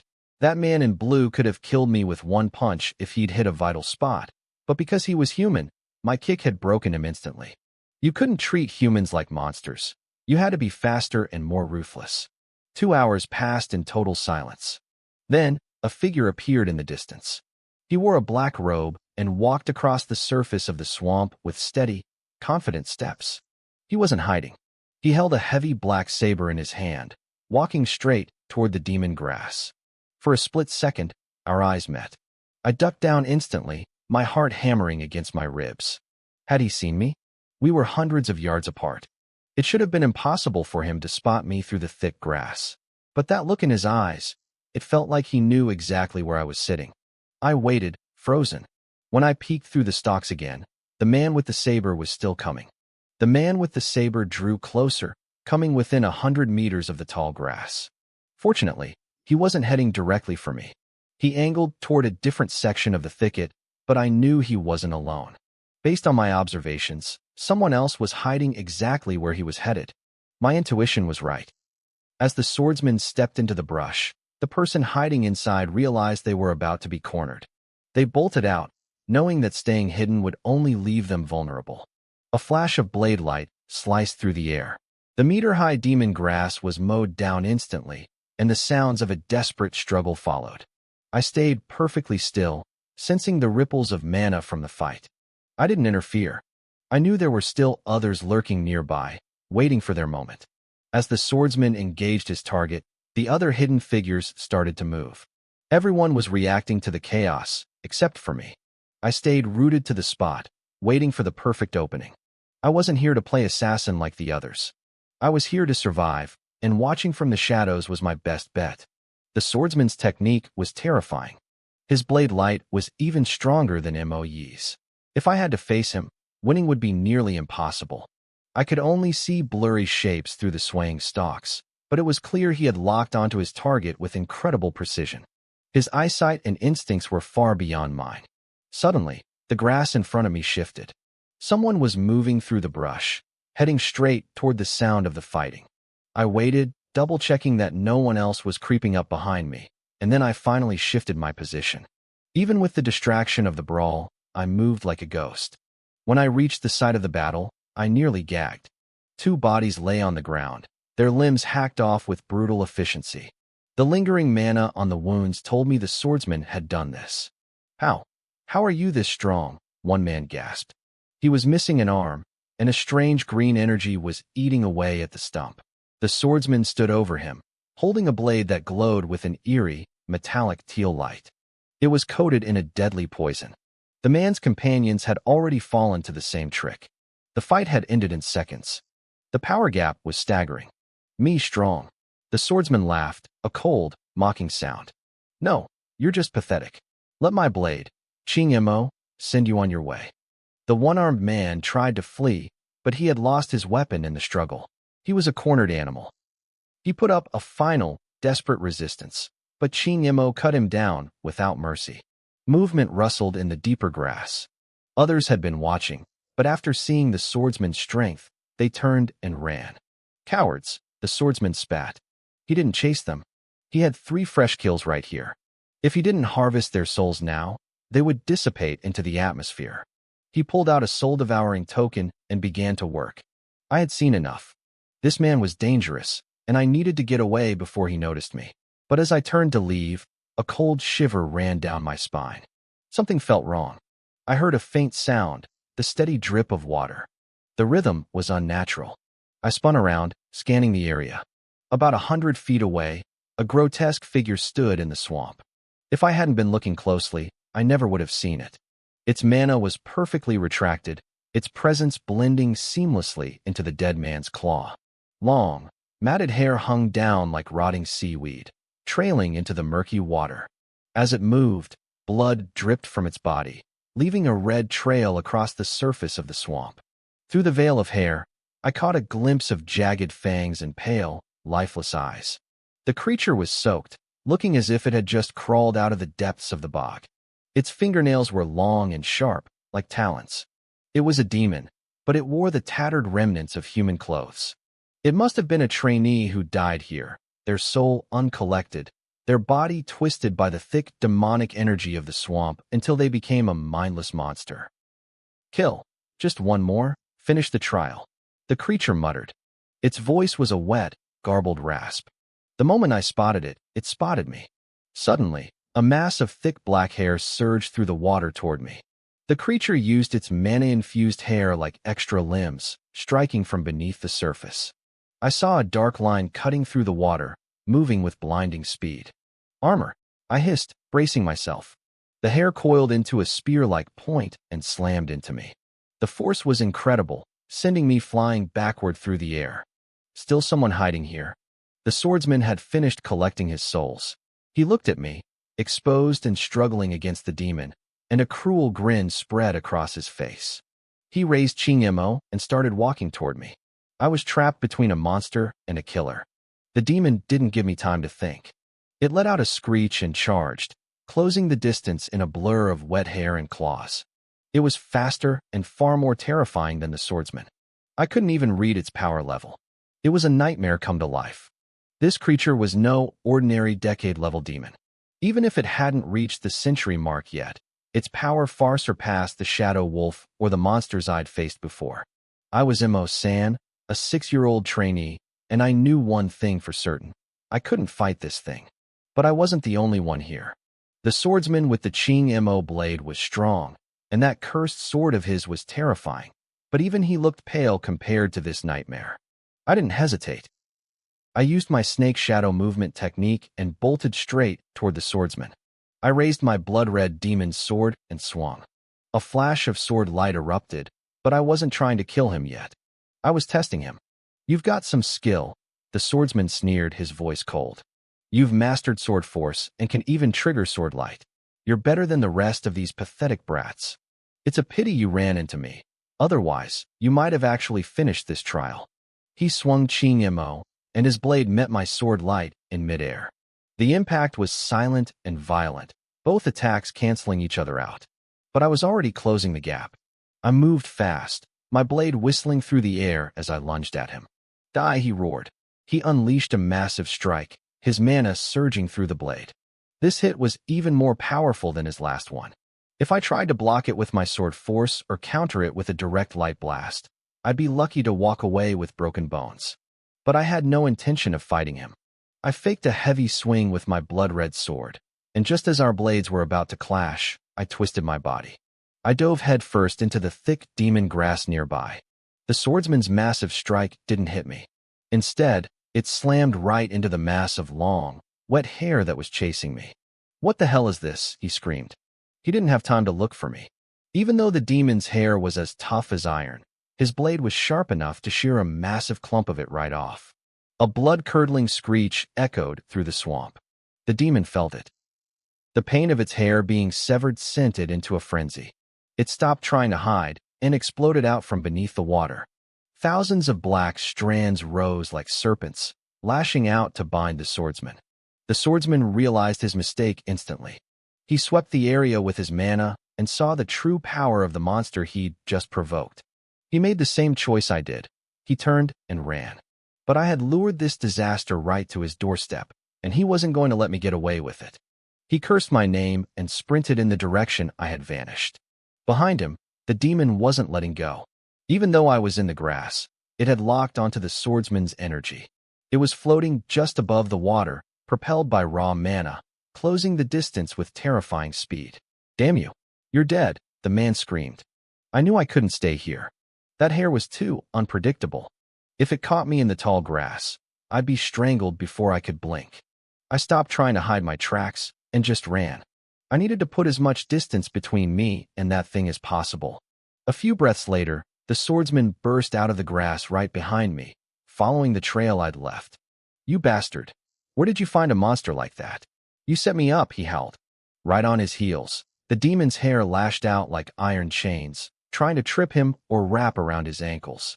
He was frantic, dodging and weaving, his face pale with terror. He didn't have the breath left to curse me anymore. I pushed my snake shadow technique to its absolute limit. I was the fastest, but the swordsman was desperate and gaining ground. The demon was right behind him, focused entirely on the man who had actually cut its hair. The swordsman saw me pulling away and got desperate. He swung his blade, sending a wave of sword light toward my back. He wanted to slow me down so the demon would catch me instead. I was ready for it. I didn't dodge. I braced myself, activated my armor skill, and let the sword light hit my blood-red blade. The impact was massive, but instead of knocking me down, I used the momentum to propel myself forward. I flew through the air, landing far beyond the edge of the swampy clearing. "Thanks for the boost," I called back, my voice cold. The swordsman let out a roar of pure rage. This was my parting gift to him. "If I see you again, I will butcher you," he screamed.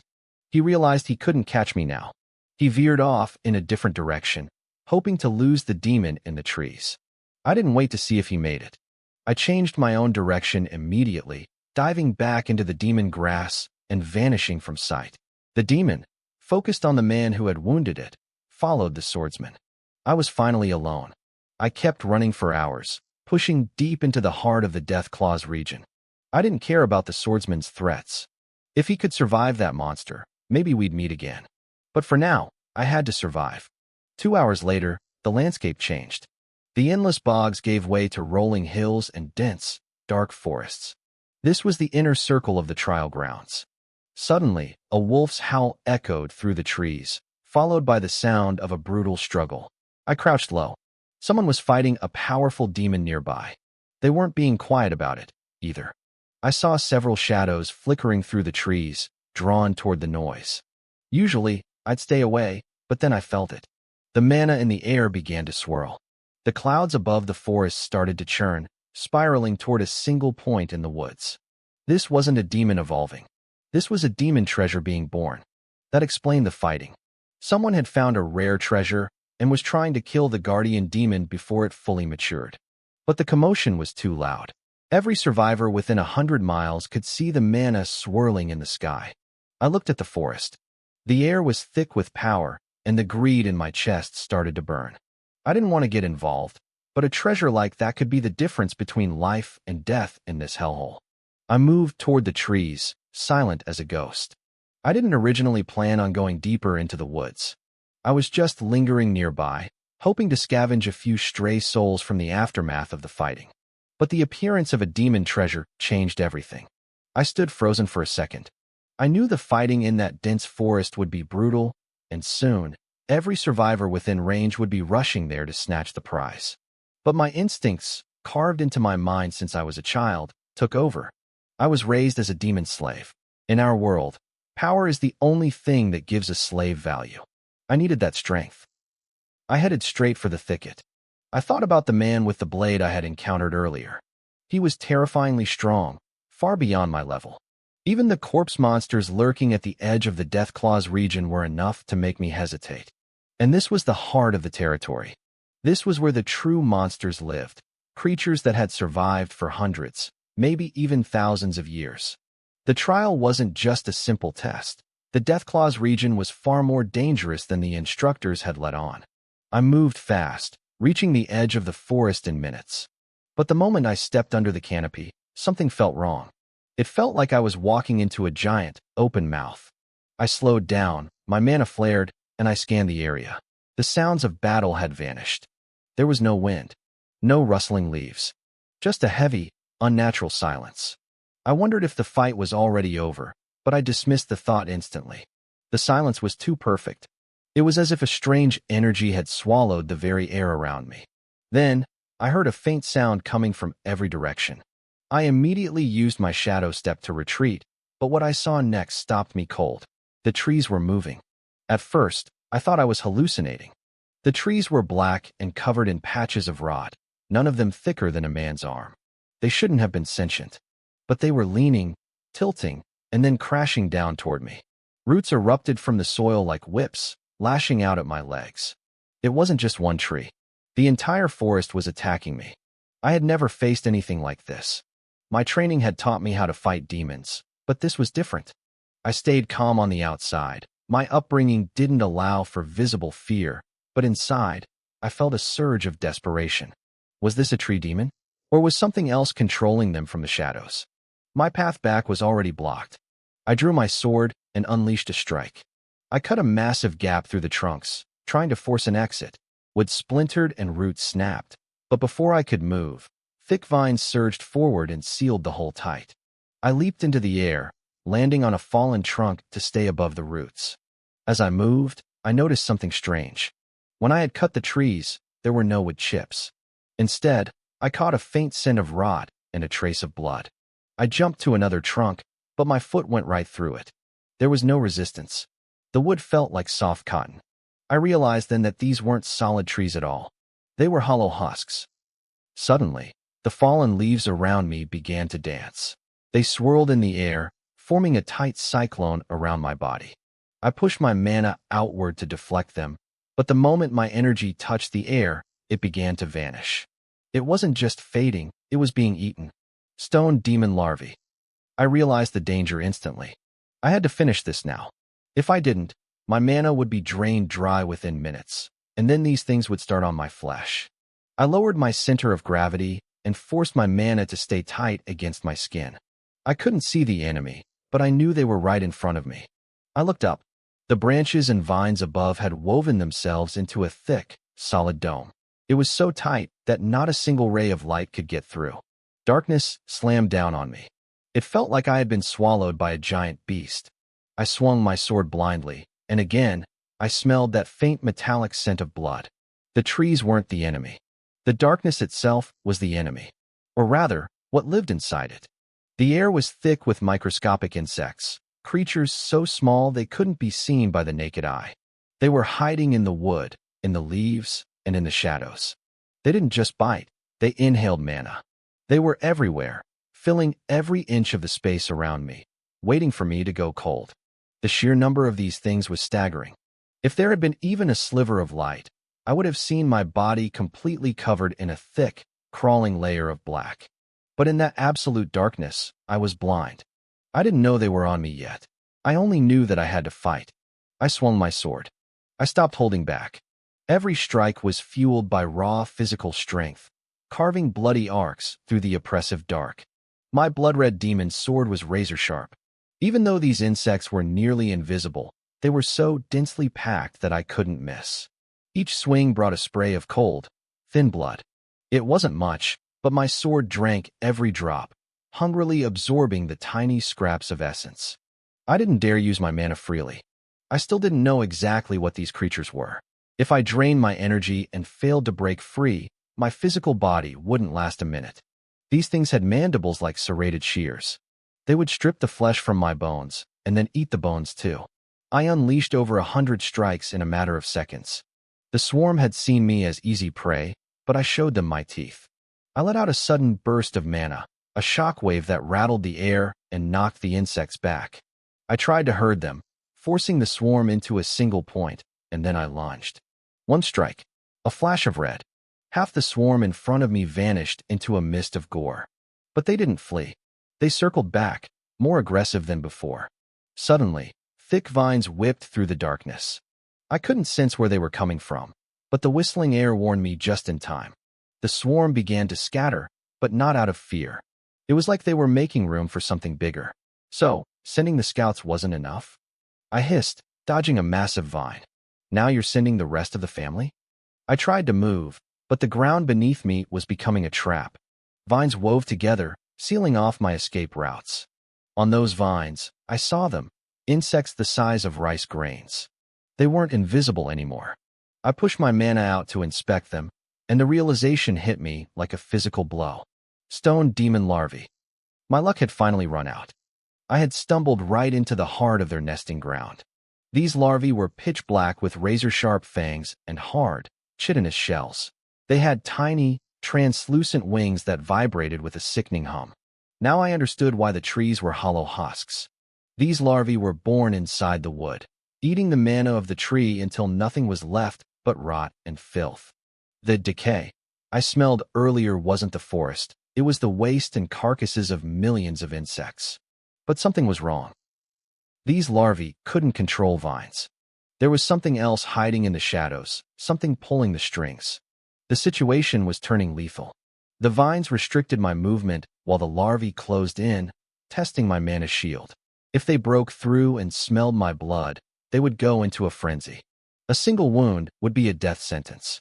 Thousands of them would swarm the scent, and I'd be gone in less than 200 breaths. The rice-sized larvae took flight. They didn't need the wind or the leaves anymore. They landed on me, their weight heavy and suffocating. Unlike the microscopic ones, these larger larvae tore through my mana shield with terrifying speed. My energy levels were plummeting. I tried to use my mana to blast them off, but they just clung tighter. Using more energy was like throwing fuel on a fire. My powers were useless against them. The only thing that worked was the sword. I spun in a circle, a move I called Wind Rip, pushing the blade to its absolute limit. Carvings of insect corpses fell like rain. But for every 100 I killed, 1,000 more took their place. They weren't even eating the bodies of their fallen. They wanted me. They were being directed by an adult stone demon somewhere in the dark. I was being ground down. Every time I severed a vine, 2 more grew to replace it. The space around me was shrinking. Even the soil under my feet began to heave and tremble as the roots joined the hunt. If I got pinned, it was over. I looked at my options. My defensive turtle scorpion strike was useless here. Wind Rip couldn't keep up with the numbers. I had survived the blood pits and the cruelty of Licca, but I had never faced a collective hive like this. Licca wasn't stupid enough to put a whole swarm in the pits. They were too hard to catch and too dangerous to control. I needed something new. I needed a way to clear the air, or I was going to die in this hole. My mind raced through every technique I knew, searching for a spark. If I didn't find a way to burn through this swarm, I wouldn't live to see the sun. I gripped my sword, feeling the heat of the blood it had tasted. I needed fire. I needed a new strike. I needed crimson flame. If I were back in the blood pits, I wouldn't be struggling like this. In that pit, I had the advantage of terrain and focus. Even if this entire swarm of stone demon larvae had crawled in there, I could have handled them. I might have even come out without a scratch. But here, in this dark hole, I was being pushed to the brink. Life and death were separated by a single hair. I needed fire. Emo-e once told me that fire could drive away any wild beast. I didn't know if it worked on these mindless stone demons, but I had to try. My mind flashed back to the nights spent huddled by the campfire with Moe. I remembered the searing heat and the way the shadows danced. Moe's voice echoed in my head. Fire doesn't just scare animals. Vicious beasts, even high-level magic beasts, fear the flame. As for these insects, they won't dare come near it. I visualized how Moe started his fires. I gripped my blood-red sword and began to strike. I slammed the blade against the ancient stone ruins beneath my feet at a frantic speed. Sparks flew. Friction turned to heat. Suddenly, a small, brilliant flame bloomed from the impact. I didn't pull away from the warmth. Even as the stone demon larvae continued to bite at my skin, I used my mana to guide the fire, wrapping the flames around my own body. My mana shield protected me from the heat, but the larvae weren't so lucky. The air filled with a frantic popping and crackling sound. My mana consumption dropped instantly as the swarm recoiled. But the fire was small, a tiny spark in a vast darkness. The larvae were relentless. They threw their own bodies onto the flames, using their corpses to smother the fire. As the light dimmed, I knew I had to do more. I mimicked Moe's technique again, striking down with a vertical slash. This time, I aimed for the floor beneath me. The ground was covered in layers of old, rotting demon mats, dry, fibrous husks of ancient materials. My sword ignited them instantly. The fire roared to life. The vines that had been trying to bind me caught fire, shriveling into ash. The larvae were engulfed in a sea of orange light. Safe inside my mana barrier, I watched the swarm break. The ceiling of vines above me began to burn away, revealing a gap. This was my chance.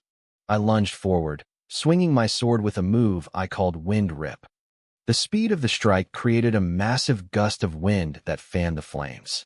Within seconds, the fire exploded outward, turning everything within 60 feet into a blazing inferno. The common larvae died in droves. They couldn't handle the heat, and they finally stopped draining my mana. But as the smoke cleared, I saw something else. Adult stone demons, the size of a man's palm, were emerging from the shadows beyond the fire. Their hard, rocky shells made them resistant to the heat. They didn't like the flames, but they weren't dying. I looked at the fire, then at my sword. Could I fuse this heat into the blade? The fire crackled around me. In this frozen demon realm, I had only ever known cold and darkness. This heat was new. It was powerful. If I could master it, my strength would reach a whole new level. I pressed the blood-red blade into the heart of the flames. At first, the sword resisted. The mana within the steel clashed with the raw energy of the fire. I didn't give up. I used Wind Rip to keep the fire roaring while I forced the sword to drink in the heat. Slowly, the resistance faded. The blade grew cherry red. When the moment felt right, I drew the surrounding fire into the sword in one massive surge. The nearby demon artifacts, scorched by the heat, converted into pure fire mana. I funneled it all into the steel. I swung the sword. Even without the surrounding bonfire, the blade trailed a path of dancing flames. "I'll call this Crimson Flame," I whispered. I needed to test it. I leaped out of the fire, and an adult stone demon immediately lunged at my face. These weren't like the tiny larvae. They were faster, stronger, and far more lethal. Finally, a real fight, I growled. I swung the sword. The adult was a much bigger target. As I slashed, the fire mana stored in the blade exploded outward. The Crimson Flame hit the demon square in the chest, slicing it clean in half. It fell from the air, its shell charred. I frowned. It was dead, but the fire had only scorched the surface. It hadn't burned through the core. I realized that without a massive environmental fire to draw from, the move's power was limited. I was relying on the sword's own strength and my mana. I needed more practice to make it truly devastating. I looked around. More adults were emerging, at least 100 of them. A swarm of this size, with their rock-hard shells, could take down a high-level magic beast or even a minor demon. I moved like a ghost, weaving through them, my sword flashing with fire. One by one, they fell. I could feel the Crimson Flame technique evolving with every strike, getting sharper, hotter. But I couldn't get too comfortable. A massive, heavy thud echoed behind me. A tree root, thick as a man's torso, whipped out of the darkness. I barely got my sword up in time to block. The impact was like being hit by a runaway carriage. I was sent flying through the air. The root didn't stop. It chased me while I was still airborne, moving with a speed that defied its size. This wasn't the slow, clumsy movement of the vines from before. The real master of this place had finally shown itself. I knew those vines weren't being controlled by the insects. Someone, or something, had been watching me from the shadows, using just a tiny bit of mana to test me. Now that I had burned its garden, it was pissed. The massive root tore through the air, aiming to crush me into a red mist. It was too fast to dodge. If this hit me, I was dead. Armor, I screamed. I abandoned the crimson flame and poured every drop of my remaining mana into my defensive armor technique. I braced my sword against the incoming blow. The collision was deafening. I felt my ribs crack as I was launched backward. I flew over 3,000 feet, crashing through the darkness until I hit the ground. I coughed up a mouthful of blood, my vision swimming. My armor had saved my life, but I was severely wounded. I lay there, gasping for air, hoping the demon in the dark thought I was already dead. The massive root didn't chase me. Neither did those stone demon insects. I had been launched over a kilometer away, far beyond their reach. Even if they wanted to finish me off, I was already gone by the time they could move. Besides, those insects weren't hunters, they were ambushers. Their whole strategy was to stay put and wait for the next unlucky soul to wander into their trap. As for the root that nearly ended me, it lingered in the air for a moment after the strike. It probably expected me to be nothing more than a mist of blood, ready to be absorbed. But since there was no scent of blood left in the air where I had been, it eventually retracted, sinking back into the earth with a disappointed shiver. I dragged myself up, every bone aching. I was near the heart of the dense forest now. Earlier, while I was busy fighting those larvae, I hadn't seen what was happening at the center. Now, the air was thick with tension. In the middle of a clearing, growing atop a rotting ancient tomb, was a pitch-black lotus. Its petals were slowly unfurling, pulling in all the surrounding mana like a vacuum. This was a demon luck lotus, a rare treasure that could grow up to 9 petals. In the world of 10-year demon artifacts, this thing was a legend. Each petal was worth 10 years of cultivation. If someone managed to grow all 9, it would rival a 100-year treasure. Usually, once the 9th petal matures, the lotus dies and scatters its seeds. But someone had been clever here. They had partially harvested it before, keeping the plant alive so it would continue to produce. Right now, only 3 petals were nearing maturity. The rest were still in their larval stage, dripping with a toxin so potent it would kill any human who dared touch them. Even though it wasn't a full set, those 3 petals were enough to drive anyone crazy. If I could take them all, my strength would skyrocket, maybe even rivaling a 100-year demon. But I wasn't alone. Standing on a thick branch above the lotus was a girl in a crimson dress. She had sharp, phoenix-like eyes and a small, blood-red mark between her brows. Her skin was pale, and even without makeup, she looked almost cute, the kind of girl you'd want to protect. But the look in her eyes was anything but sweet. It was cold and ruthless. She held a demon whip over 3 meters long. One flick of her wrist could level a small building. The ground around her was a graveyard of broken trees and bodies. Some were dead, others were barely breathing. She had cleared a 10-meter zone around the lotus, declaring it hers. Nobody dared to step forward. That whip was terrifying, covering every possible angle of approach. She stood there like a goddess of war, waiting for the exact moment the petals matured. The forest was silent, but I knew it was a lie. Dozens of people were hiding in the shadows, just like me. They were waiting for her to move, or for the petals to ripen, hoping to scavenge what they could without becoming the primary target. I spotted Moe and Mochi among the trees. We all came from the same camp, but the atmosphere between them was freezing. Mochi had abandoned Moe during a previous fight, and Moe wasn't the forgiving type. Mochi didn't care, though. She was a survivor. She stayed because she saw an opportunity to fish in troubled waters. Suddenly, the swirling mana began to settle. The phenomenon was ending. The 3 petals were ready. The girl in red wanted them all for herself, but the watchers in the dark weren't going to let that happen. Before the petals could even stop glowing, several figures burst from the treeling. They knew if she grabbed the lotus and ran, they'd never catch her. They had to strike now. Damn you all, the girl hissed. She swung her whip, the black cord snapping through the air with a roar. As the chaos erupted, I found myself in a strange position. I was actually above the clearing, having been tossed into the air by that root earlier. I used every bit of my mana to shroud my body, masking my scent and silencing the sound of my movement. From my bird's-eye view, I could see everyone. I saw Mo-chi creeping forward, looking for an opening. I saw Mo-e, still as a statue, waiting for the perfect moment. I was a sitting duck up here if anyone looked up. If that girl caught sight of me and lashed out with that whip, which felt like a top-tier 10-year weapon, I'd be finished. But luckily, the fight below was too intense. They were blinded by greed and the spray of blood.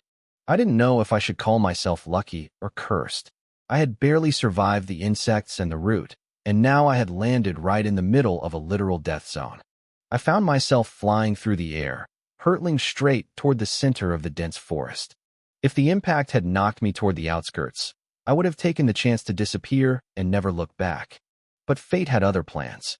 I was falling directly over the center of the clearing, right toward the demonic Mo-yun lotus. I gritted my teeth and forced my mana to circulate, twisting my body mid-air to stabilize my descent. This was my chance. The lotus had 3 petals, and they were almost ripe. Below me, the slaughter continued, but I was running out of time. I couldn't hover in the air forever. Gravity was pulling me down fast. I gripped the hilt of my blood-red demon sword. If I wanted that lotus, I had to act now. No one had noticed me yet, but to grab the prize, I had to deal with the girl in the red dress first.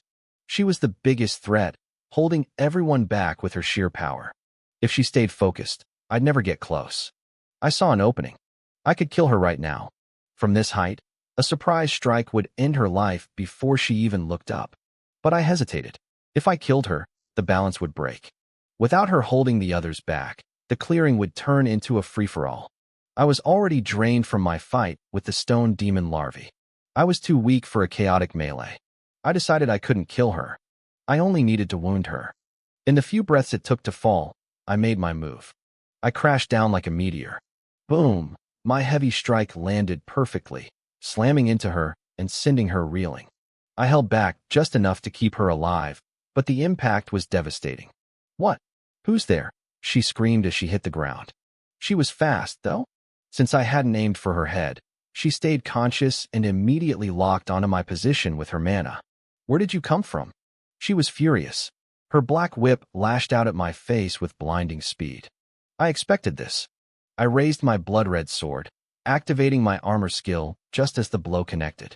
The force was incredible. Even with the high ground, I barely managed to steady myself. The others in the clearing froze. They were stunned by my sudden appearance, unsure of who I was or where I'd come from. But in the corner of my eye, I saw Mo-e and Mo-chi. Their faces were masks of pure shock. They were the only ones here who actually knew my name. Mo-san, Mo-chi whispered. In the sudden silence, her voice carried. The girl in red heard it, but she didn't have time to react. At that exact moment, the mana in the air pulled inward. The 3 petals of the Mo-yun lotus had finally matured. They were glowing, ripe for the taking. I didn't hesitate for a single second. I lunged forward and ripped one of the petals right off the stem. You bastard, the girl in red shrieked. She saw the lotus as her personal property, and in her eyes, I was nothing but a thief. She lashed her whip out again, but this time she didn't aim for me. She struck the base of the lotus plant. She was smart. She knew if she destroyed the petals, she'd lose everything. But she didn't care if the whole plant fell over as long as she got the rest. Time to go, I shouted to myself. As the plant began to collapse, I used it as a stepping stone, kicking off the trunk and launching myself toward the treeline. I scanned the perimeter. There was only one person blocking my path in this direction. I knew if I could just break through and reach the woods, I'd be safe. There was another path with no guards, but that led back to the stone demon larvae and whatever other monsters were lurking behind me. I wasn't going back there. A young man stood in my way, his demon sword raised. When he saw me rushing toward him with the lotus petal, his face lit up with greed. I didn't slow down. I activated my snake shadow step, my movement becoming blurred and unpredictable. I went straight for a killing blow. He wasn't a fool, though. He swung his sword with everything he had, his mana clashing against mine in a shower of sparks. We were deadlocked. He was holding me back, and every second I spent here was a second closer to death. Behind me, the girl in red was closing in. But she had a choice to make. Chase me for one petal, or secure the other two. Just as she reached for the remaining petals, a flash of blade light streaked through the air. "Who did that?" she barked, snapping her whip to deflect the attack. I looked back and saw Moe. He had finally made his move, throwing a long-range strike to keep her away from the prize. My sudden entry had ruined her rhythm, giving everyone else a spark of hope. The clearing erupted into a total bloodbath as 10 more people jumped out of the shadows to join the fray. The girl in red was swamped, but I wasn't out of the woods yet. 2 more cultivators saw me as the weak link and started chasing me. They figured it was easier to rob a lone kid like me than to fight that monster in the red dress. I need to end this fast, I thought. My mana sense told me they were right on my heels. The guy in front of me was doing everything he could to keep me pinned. He didn't even care if he got the petal himself. He just wanted to make sure I didn't have it. I lost my patience. I swung my blood-red sword, channeling every bit of fire mana I had left. Blazing Strike. After fighting those stone insects, my control over this technique had reached a new level. A wave of demonic flames erupted from my blade, masking my movements and searing the air. Using the fire as a screen, I triggered my snake shadow step again and slipped right past him. He realized I'd bypassed him and swung wildly at my back. I didn't turn around. I used my sword to guard my vitals and pushed through the pain. I was so close. The forest was right there. Once I hit the shadows of the trees, no one would find me. But the world of demons never makes it easy. Just as I reached the edge of the clearing, 2 powerful mana signatures converged on me from both sides. They weren't using weapons, just raw, crushing mana. If those hits landed, my momentum would be killed, and I'd be surrounded in seconds. I braced for the impact, channeling mana to my skin to harden it. Even if I survived the blow, getting pinned down now meant death. I didn't wait to find out. I pushed my snake shadow step to the limit, my body blurring as I twisted through the gaps between the incoming attacks.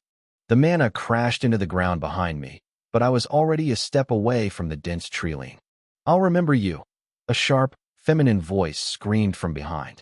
Mo Yuner, will definitely kill you." So that was her name. She probably learned mine from Mochi earlier. She was trapped in a bloodbath now, and she knew it was all my fault. I'd snatched away one of the 3 demon lotus petals, leaving her to fight off 10 greedy cultivators for the remaining 2. Even Moe had joined the fray, making her life a living hell. She hated me, but she was too busy fighting for her life to chase me. I let out a cold snort. Her threats meant nothing to me. 2 other cultivators watched me disappear into the brush. They hesitated, then gave up. But the man I'd traded blows with earlier wasn't so easily deterred. He'd felt my strength during our brief clash and convinced himself I was a fraud. To him, I was acting tough to cover up my weakness. He figured if I were actually strong, I would have taken more than just 1 petal. He thought I was running because I was exhausted. He thought I was an easy target. With a greedy grin, he bolted into the woods after me. What a fool. I didn't even bother looking back. My snake shadow step left him eating dust within seconds. I didn't want to fight. I wanted to get as far away from that chaos as possible before things got even more complicated. He chased me for 100 meters before losing my trail completely. I vanished into the shadows of the forest, leaving him standing there, cursing the air. I didn't stop until I hit the edge of the woods and crossed into the swamp zone. Most of the heavy hitters were still back at the clearing, blinded by the lure of the lotus. I was the first one out, and the coast was clear. I pushed on for miles, putting a massive distance between me and the slaughter. I finally found a thick patch of demon grass about 50 miles away in the heart of the Death Marsh. I scanned the area. No signatures. No movement. I pulled the demon lotus petal from my soul lost command. It was the size of my palm, glowing with an eerie light and smelling faintly of sweet wildflowers. The nectar dripping from it was thick with pure mana. I didn't waste a second. I shoved the petal into my mouth and swallowed it in a few messy gulps. I sat cross-legged and began to cultivate. The energy was different from the demon fruit Imo Shursan had given me. That fruit was for the body. This lotus was pure, concentrated mana. The effect was instant. Within half an hour, a massive amount of worldly mana began swirling toward me. I knew it was risky to create such a stir, but my reserves were bone dry. I needed to refine this energy now. If I finished, my power would skyrocket, and anyone who stumbled upon me would think twice before attacking. And if they didn't? Well, I could always use more souls for my collection. I focused, drawing the mana into my core. The lotus acted like a vacuum, pulling energy from the air with incredible efficiency. I was just 15 minutes away from finishing the process when I felt it. Someone was coming. The mist in the death marsh was thin, and the mana vortex spinning above my head was like a beacon. Someone had followed the flow of energy straight to my hiding spot. I was downwind, which usually helped me smell trouble before it arrived, but the mana storm I'd created masked everything. I sensed a figure moving through the grass. They weren't even trying to hide their scent or the sound of their footsteps. Was this guy an idiot, or was he trying to flush me out? In the demon world, idiots don't live long. He was definitely trying to provoke me. Is he a decoy? I wondered. Maybe he had a partner circling around to ambush me while I was distracted. If I stayed put, I'd be trapped. I prepared to bolt, but the attack came faster than expected. A heavy palm strike made of pure mana whistled through the air, aimed right at my head. I reacted instantly, drawing my blood-red sword and slashing upward to parry the blow. A man stepped out of the tall grass. He was terrifyingly thin, just skin and bones, wearing tattered hides that looked as cheap as my own. He stared at me with a twisted, creepy smile. "Lucky you," he rasped. "That strike should have killed you." He didn't wait for me to respond. He turned his head and shrieked, "Ada, I found him. Get over here and help." Wind kicked up around his feet as he lunged forward. He lunged at me, swinging a wicked demon blade. As he attacked, he screamed for his partner. "I found him. Airshow, get over here now."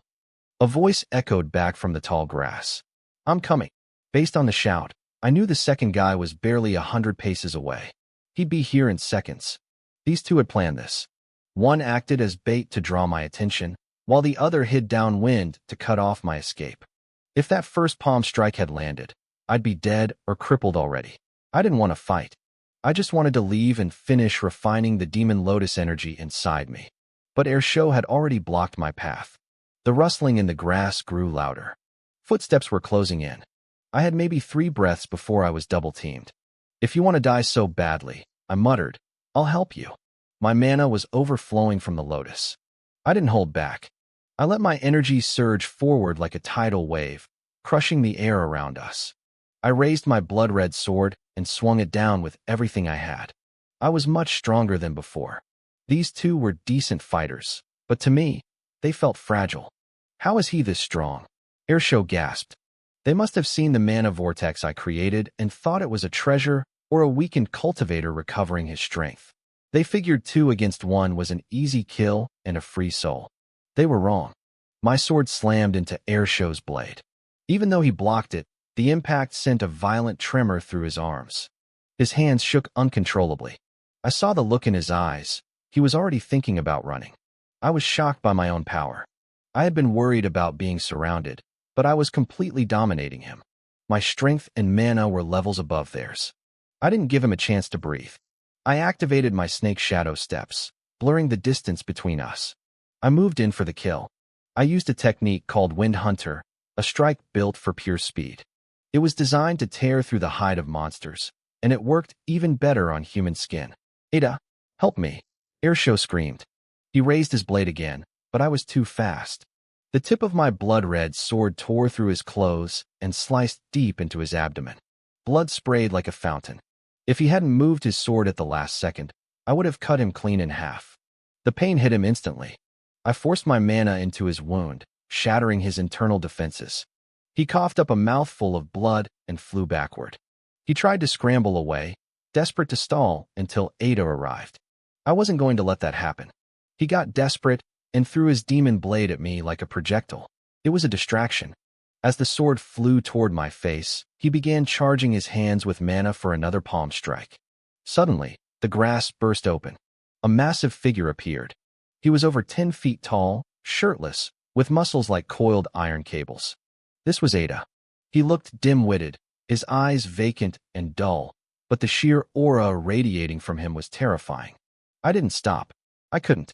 I leaped into the air, using my sword to swat his thrown blade right back at Airshow. He had to cancel his palm strike to dodge his own weapon. That was his final mistake. I landed right in front of him.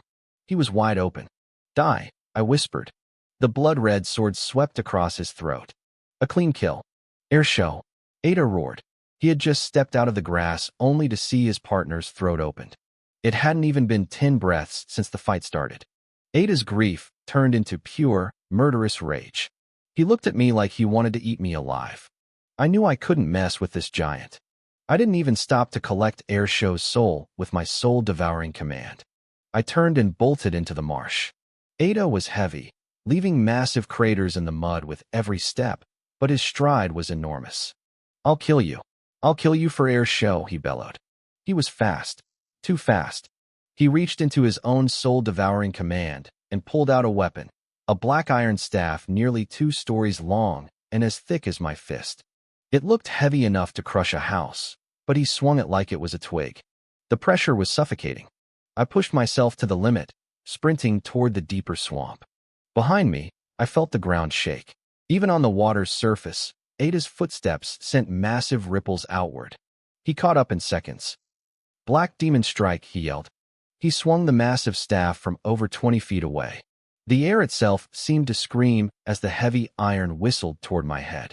He wasn't holding back a single ounce of strength. The sheer pressure made the hair on the back of my neck stand up. I spun around, bracing my sword against my arm. Armor, I shouted. The staff collided with my blade. The world turned into a blur of violence. The pressure of the staff split the water in two. A wall of air slammed into my stomach before the weapon even reached me. I tried to brace myself with mana, but the pain was blinding. I didn't have time to fully set my stance. Ada's black demon staff was coming down with the weight of a mountain. I raised my blade, using my armor technique to catch the blow. The vibration nearly shattered my bones. My hands shook uncontrollably, and my entire body felt like it was being crushed into the mud. I knew if I didn't do something drastic, this single strike would be the end of me. I poured every ounce of mana I had into my defense. It was a desperate gamble. I hadn't finished refining the Demon Cloud Lotus energy in my system, but the sudden drain on my reserves forced the process to accelerate. The Lotus energy surged to fill the void. I struck back twice in a blur of motion just to dampen the impact. On the second hit, I intentionally shifted my angle. The force of his swing sent me flying backward like a rag doll.